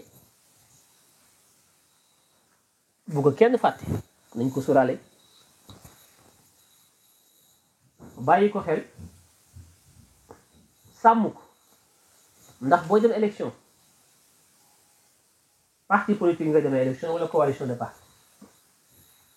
kon nañ ci taxaw te 5 ans dafa gaaw nit ñaa ngi wax man déjà man sama xel maa ngi ci fin de mandat wu Diomaye yéen kenn ku ne yaa ngi wax ku nekk yaa ngi kii mais amu ci kenn ku ci am benn xalaat bu jekku bu dem ba 2029 man ak jamono tey jii man maa ngi xalaat 2029 man jamono bi tey man déjà man lii fii ma toll nii maa ngi 2029 maa ngi koy waajal naka la ñu war a mën a defaat ba desaat ci bopp réew mi 2029 man foofu laa nekk fi mu toll nii moo tax may wax waxi parti moo tax may wax waxi question de cumul may wax ay waxi question de appel à candidature parce que parti c'est le parti qui gouverne en démocratie c'est le parti politique qui gouverne c'est le jeu de la démocratie c'est clair et net dañu ne ngeen organiser wu en parti ne ku nekk teg sa programme kenn ku nekk teg sa parti ku nekk am sa candidat parti bi su candidat parti bi su gagné parti boobu mooy gouverner dans toutes les démocraties du monde ñi gagné ñooy gouverner moo xam mën nañu moo xam mënuñu moo xam xam nañu moo xam xamuñu ñoom ñooy gouverner bu baaxee ñoom la su bonee ñu seppi leen teg fee jël ñeneen c'est ça la démocratie mais ñu fal la ak say nit nga bàyyi fa sa nit dem di jëggaane ay nit yoo xam ne ba ngay am programme ànduñu ci ba ngay xeex la wuñu la lépp ci nga bàyyi fa ñi la doon xeexal au nom de xawma lan man je suis républicain ay compétence lay uti fële kër te ñooñu gëmuñu projet bi su projet bi naree daal nañ la fay bàyyi ku gëm projet bi te amul compétence moo ma gënal ku am compétence te gëmul projet bi ndax ki amul compétence te gëm projet bi boo ko jàppalee moo am compétence ki nga xam ne dafa gëm projet bi dafa am compétence te gëmul projet bi kooku du la defal dara kooku compétence am du la ko jox parce que gëmul projet bi il faut que ñu réalise xam ce qu'on appelle la réalité des sciences politiques un parti politique du caaxaan parce que constitution bi parti politique la wax ne mooy concourir au suffrage des électeurs pour mën a am légitimité mën a gérer mën a diriger donc nañu gën a fonk parti bi gën a fonk militants yi ak sympathisants yi c'est important waaw il s'agit pas de bien travailler seulement de il faut beaucoup travailler bien travailler mais ça ne suffira pas li ma leen di wax ne man xam naa ko du liggéey mooy tax nga toog ci bopp réew mi ne man ngaa liggéey bay bëgg a dee ñu folli la du question liggéey bu baax ak jub moo lay bàyyi ci ko bopp réew mi man je connais bien la sociologie des Sénégalais dangaa war a liggéey dangaa war a jub dangaa war a bëgg réew mi waaye lii lépp soo ko mënta communiquer ba mu dugg seen nopp yi duñu ko xam dañuy xëy folli la loo liggéey ci réew mi te mënoo communiquer liggéey loo fi jëf te mënoo koo fësal ci communication politique dañ lay folli te communication politique ay politique ñoo koy def parti moo koy def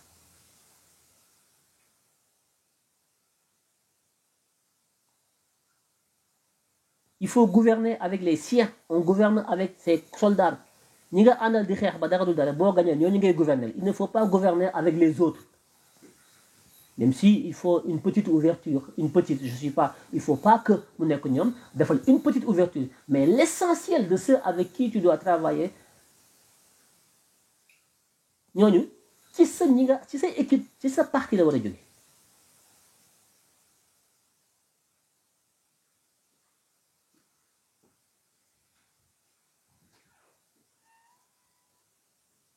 kon nañu gën a ànd gën a taxaw gën a nasu gën a jàppalante gën a laayante biir gën a massifier yaatal ubbeeku pour fexe ba ñu gën a am doole gën a taxaw gën a ànd ak ñoom gën leen a gunge gën leen a défendre ci li nga xam ne moo taxoon ñuy xeex boobu ba léegi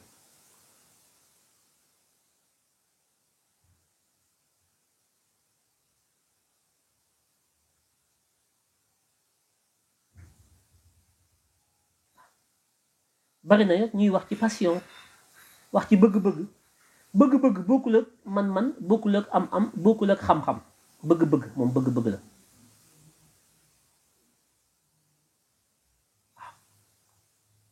waaw surtout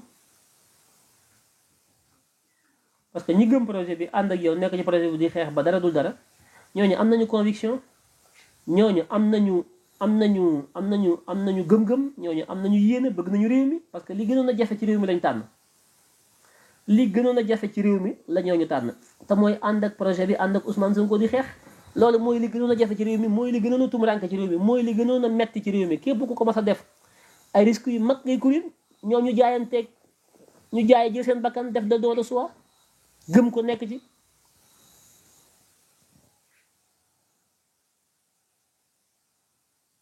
kon ñooñu nañu leen bàyyi xel jël leen boole leen ci liggéey bi ndax confiance d'abord et compétence après confiance d'abord donte ñaar yëpp am importance mais nag ñaar yooyu compétence lu mu baax baax ci réew confiance man laay njëkk a xool soo ko xool compétence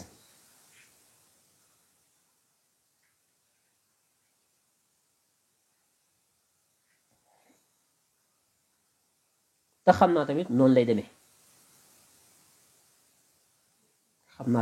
demee parce que am na ci benn nomination boo xam ne dinaa ci taxaw benn rek ci ñu def démb am na ci benn boo xam ne am naa ci tuuti xalaat boo xam ne ñagas na ci te mooy aéroport AIBD j'ai rien contre Cheikh Bamba Dièye quelqu'un de pertinent quelqu'un de bien mais j'ai pas compris pourquoi ñu jël AIBD jox ko Cheikh Bamba Dièye j'ai pas compris Cheikh Bamba Dièye bi ñu jox aéroport AIBD j'ai pas compris le choix je comprendre ma ko voilà j'ai pas compris parce que on est en politique on est un parti politique une coalition donc j'ai pas compris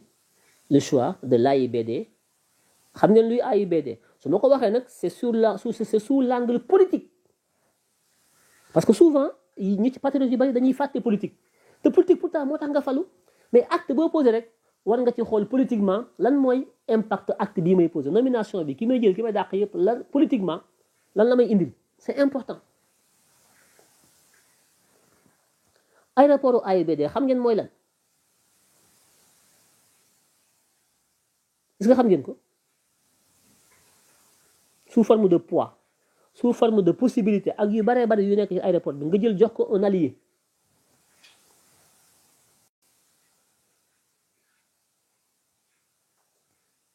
nga jox ko un allié li may wax du ñu bari ñoo ko mën a comprendre am na ñoo xam ne ils sont dans l'émotion man dépassé naa yooyu yi may waxoon xam naa ko baax ñi may waxal ñoom ñi xam politique ñoom xam nañu tout n'est pas politique tout est politique justement en politique tout est politique vous n'avez rien compris vous êtes dans des émotions vous n'avez rien compris en politique tout est politique vous n'avez rien compris l'efficacité est politique même la compétence liggéey bi ngay liggéey mën a liggéey xam liggéey c'est politique Ousmane Sonko li ngeen ko toppee dafa mën a liggéey dafa jub tout ça c'est politique tout se récupère tout est politique sa compétence sa probité sa morale sa bëgg réew mi sax di ci xeex c'est politique ça se récupère politiquement tout est politique vous n'avez rien compris tout n'est pas politique ça, mais heureusement c'est pas des gens comme ça qui conseillent Ousmane Sonko et Diomaye tout n'est pas politique yow politique moo la jox réew mi acte boo posé c'est politique tous les actes sont politiques vous êtes dans l'émotion vous n'avez rien compris ñu jël lu toll na AIBD jox ko un allié vous vous rendez compte moi je l'aurais pas fait je ne l'aurais pas fait j'ai rien contre lui je lui aurais donné autre chose mais pas l'AIBD parce que man dama am parti politique damay politique dama fi bëgg a toog pendant 100 ans man oui il est compétent d'accord danaa xool leneen lu ma la jox ci sa compétence mais AIBD du ma ko jox n'importe qui déedéet je le ferai pas dama yor parti am projet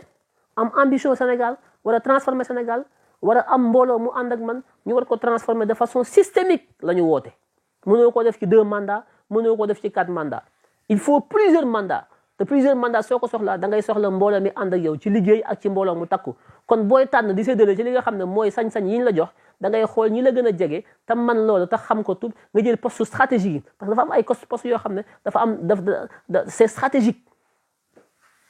dafa am ay postes yoo xam ne sa poste yëpp yemuñu mënoo jiite réew wala nga am pouvoir de nomination jël benn liste def ci poste yi jël benn liste def ci candidat yi daal di gëmm di def loterie kii jox kii déedéet dafa am ay critères dafa am fu looy sukkandiku ba ne bii naa ko jox kii bii moo ko jox kii c'est ça c'est la politique.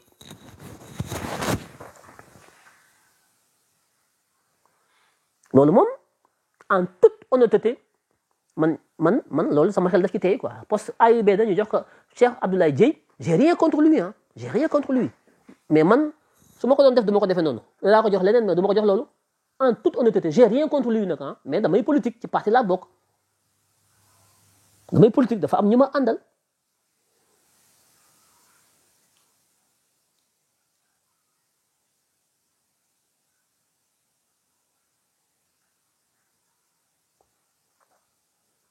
voilà loolu c'est un constat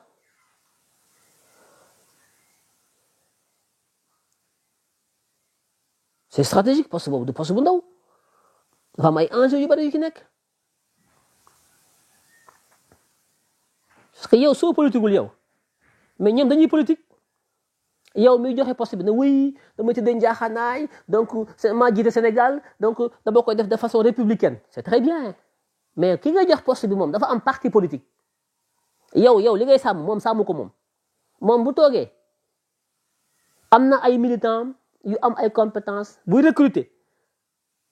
mais mën na faa dugal 500 personnes 300 personnes 400 personnes de son parti politique yu am ay compétences il va se bonifier moom yow ni nga ne yow doo ko def moom da koy def moom ba ngeen defee Yewwi Askan Wi fal ay député ne du ngeen cumuler Ahmed Aïdara dafa cumuler Barthélémy Dias cumuler yéen li ngeen ne du ngeen ko def ñoom dañu koy def ñoom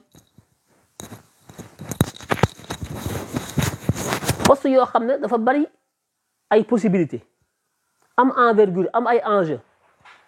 kii ma jege am confiance nekk ci sama biir parti ànd ak man ba dara du dara kooku laa koy jox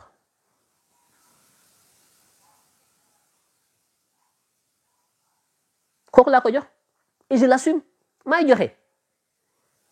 yow mi ma koy jox am nga ko compétent man am naa ko compétent pourquoi ma la koy jox yow mi nga xam ne boo ko man parti da nga maa fekk si allié au dernier moment rek candidat nga woon man ma nekk candidat nga nekk candidat nga am ci droit ma am ci droit sama candidature jàll yow sa bos jàllul ñu kale la nga ñëw ànd ak man sama coalition dabu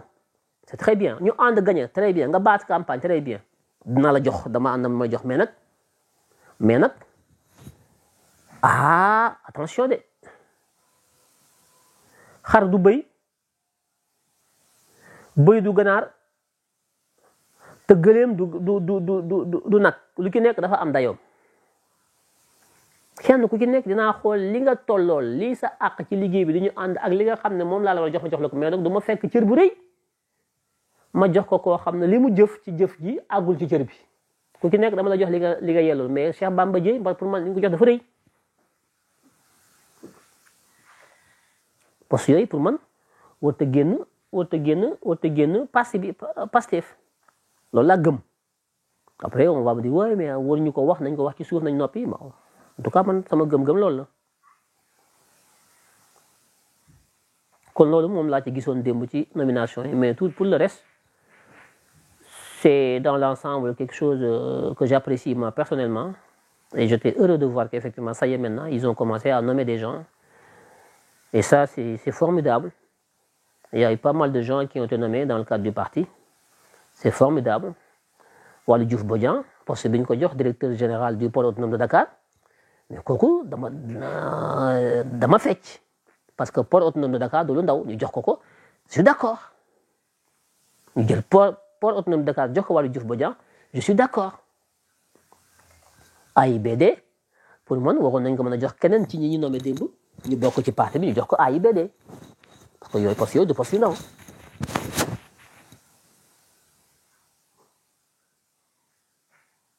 kon loolu mooy benn taxaw seetlu bu ma ci amoon rek ci nomination bi parce que lépp mënta rose mënoo ñëw da d'accord naa ci lépp loolu ñu ngi koy def it dañuy pëyi defuñu ko ci xam-xam defuñu ko ci sincérité ak honnêteté waaw nit da ngay honnête li nga d'accord nga ne d'accord na ci li nga xam ne d'accord ci nga d'accord ci li nga xam ne am nga ci loo ci joyante nga wax ko parce que ñi koy def it duñu ay nit ñu mat duñu ay des gens parfaits mën nañ def am bonne intention am yéene mais mën nañ juum aussi donc wax bi nga koy wax critique objectif boobu day tax boo léegi ñu mën ko jubbanti.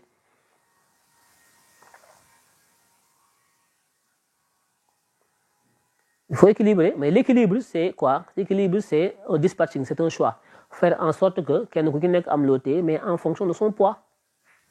bu ñu def liste coalition booy def liste pour tànn ay député mais kenn ku ci nekk sa nombre de personnes yi nga dugal ci liste bi dafay tenir compte ci sa poids politique logique yooyu am bu ñu deful pourquoi logique yooyu bu ñëwee ci biir gouvernement du ci am dafa am kenn ku ci nekk poids politique bi nga am kéem ni mu toll li ngay am ci majorité bi noonu la war a toll mais mënoo am un poids plus ñu lay jox un poids caterpillar quoi ci ay responsabilité amul sens.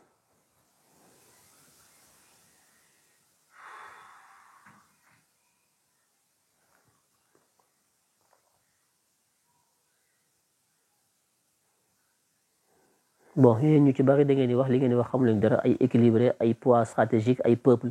vous mélangez plein de choses vous n'êtes pas dans un domaine précis quand vous parlez des fois vous écrivez on ne comprend pas ce que vous dites oui vous mettez le peuple vous mettez stratégie vous mettez équilibre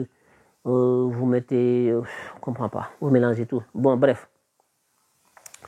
donc loolu laa amoon ci li may wax di leen nuyu yéen ñëpp di leen ziar di leen jox seen wàccuwaay di wax ne le combat continue pour accompagner le projet et puis pour construire ce pays-là de façon durable et prospère.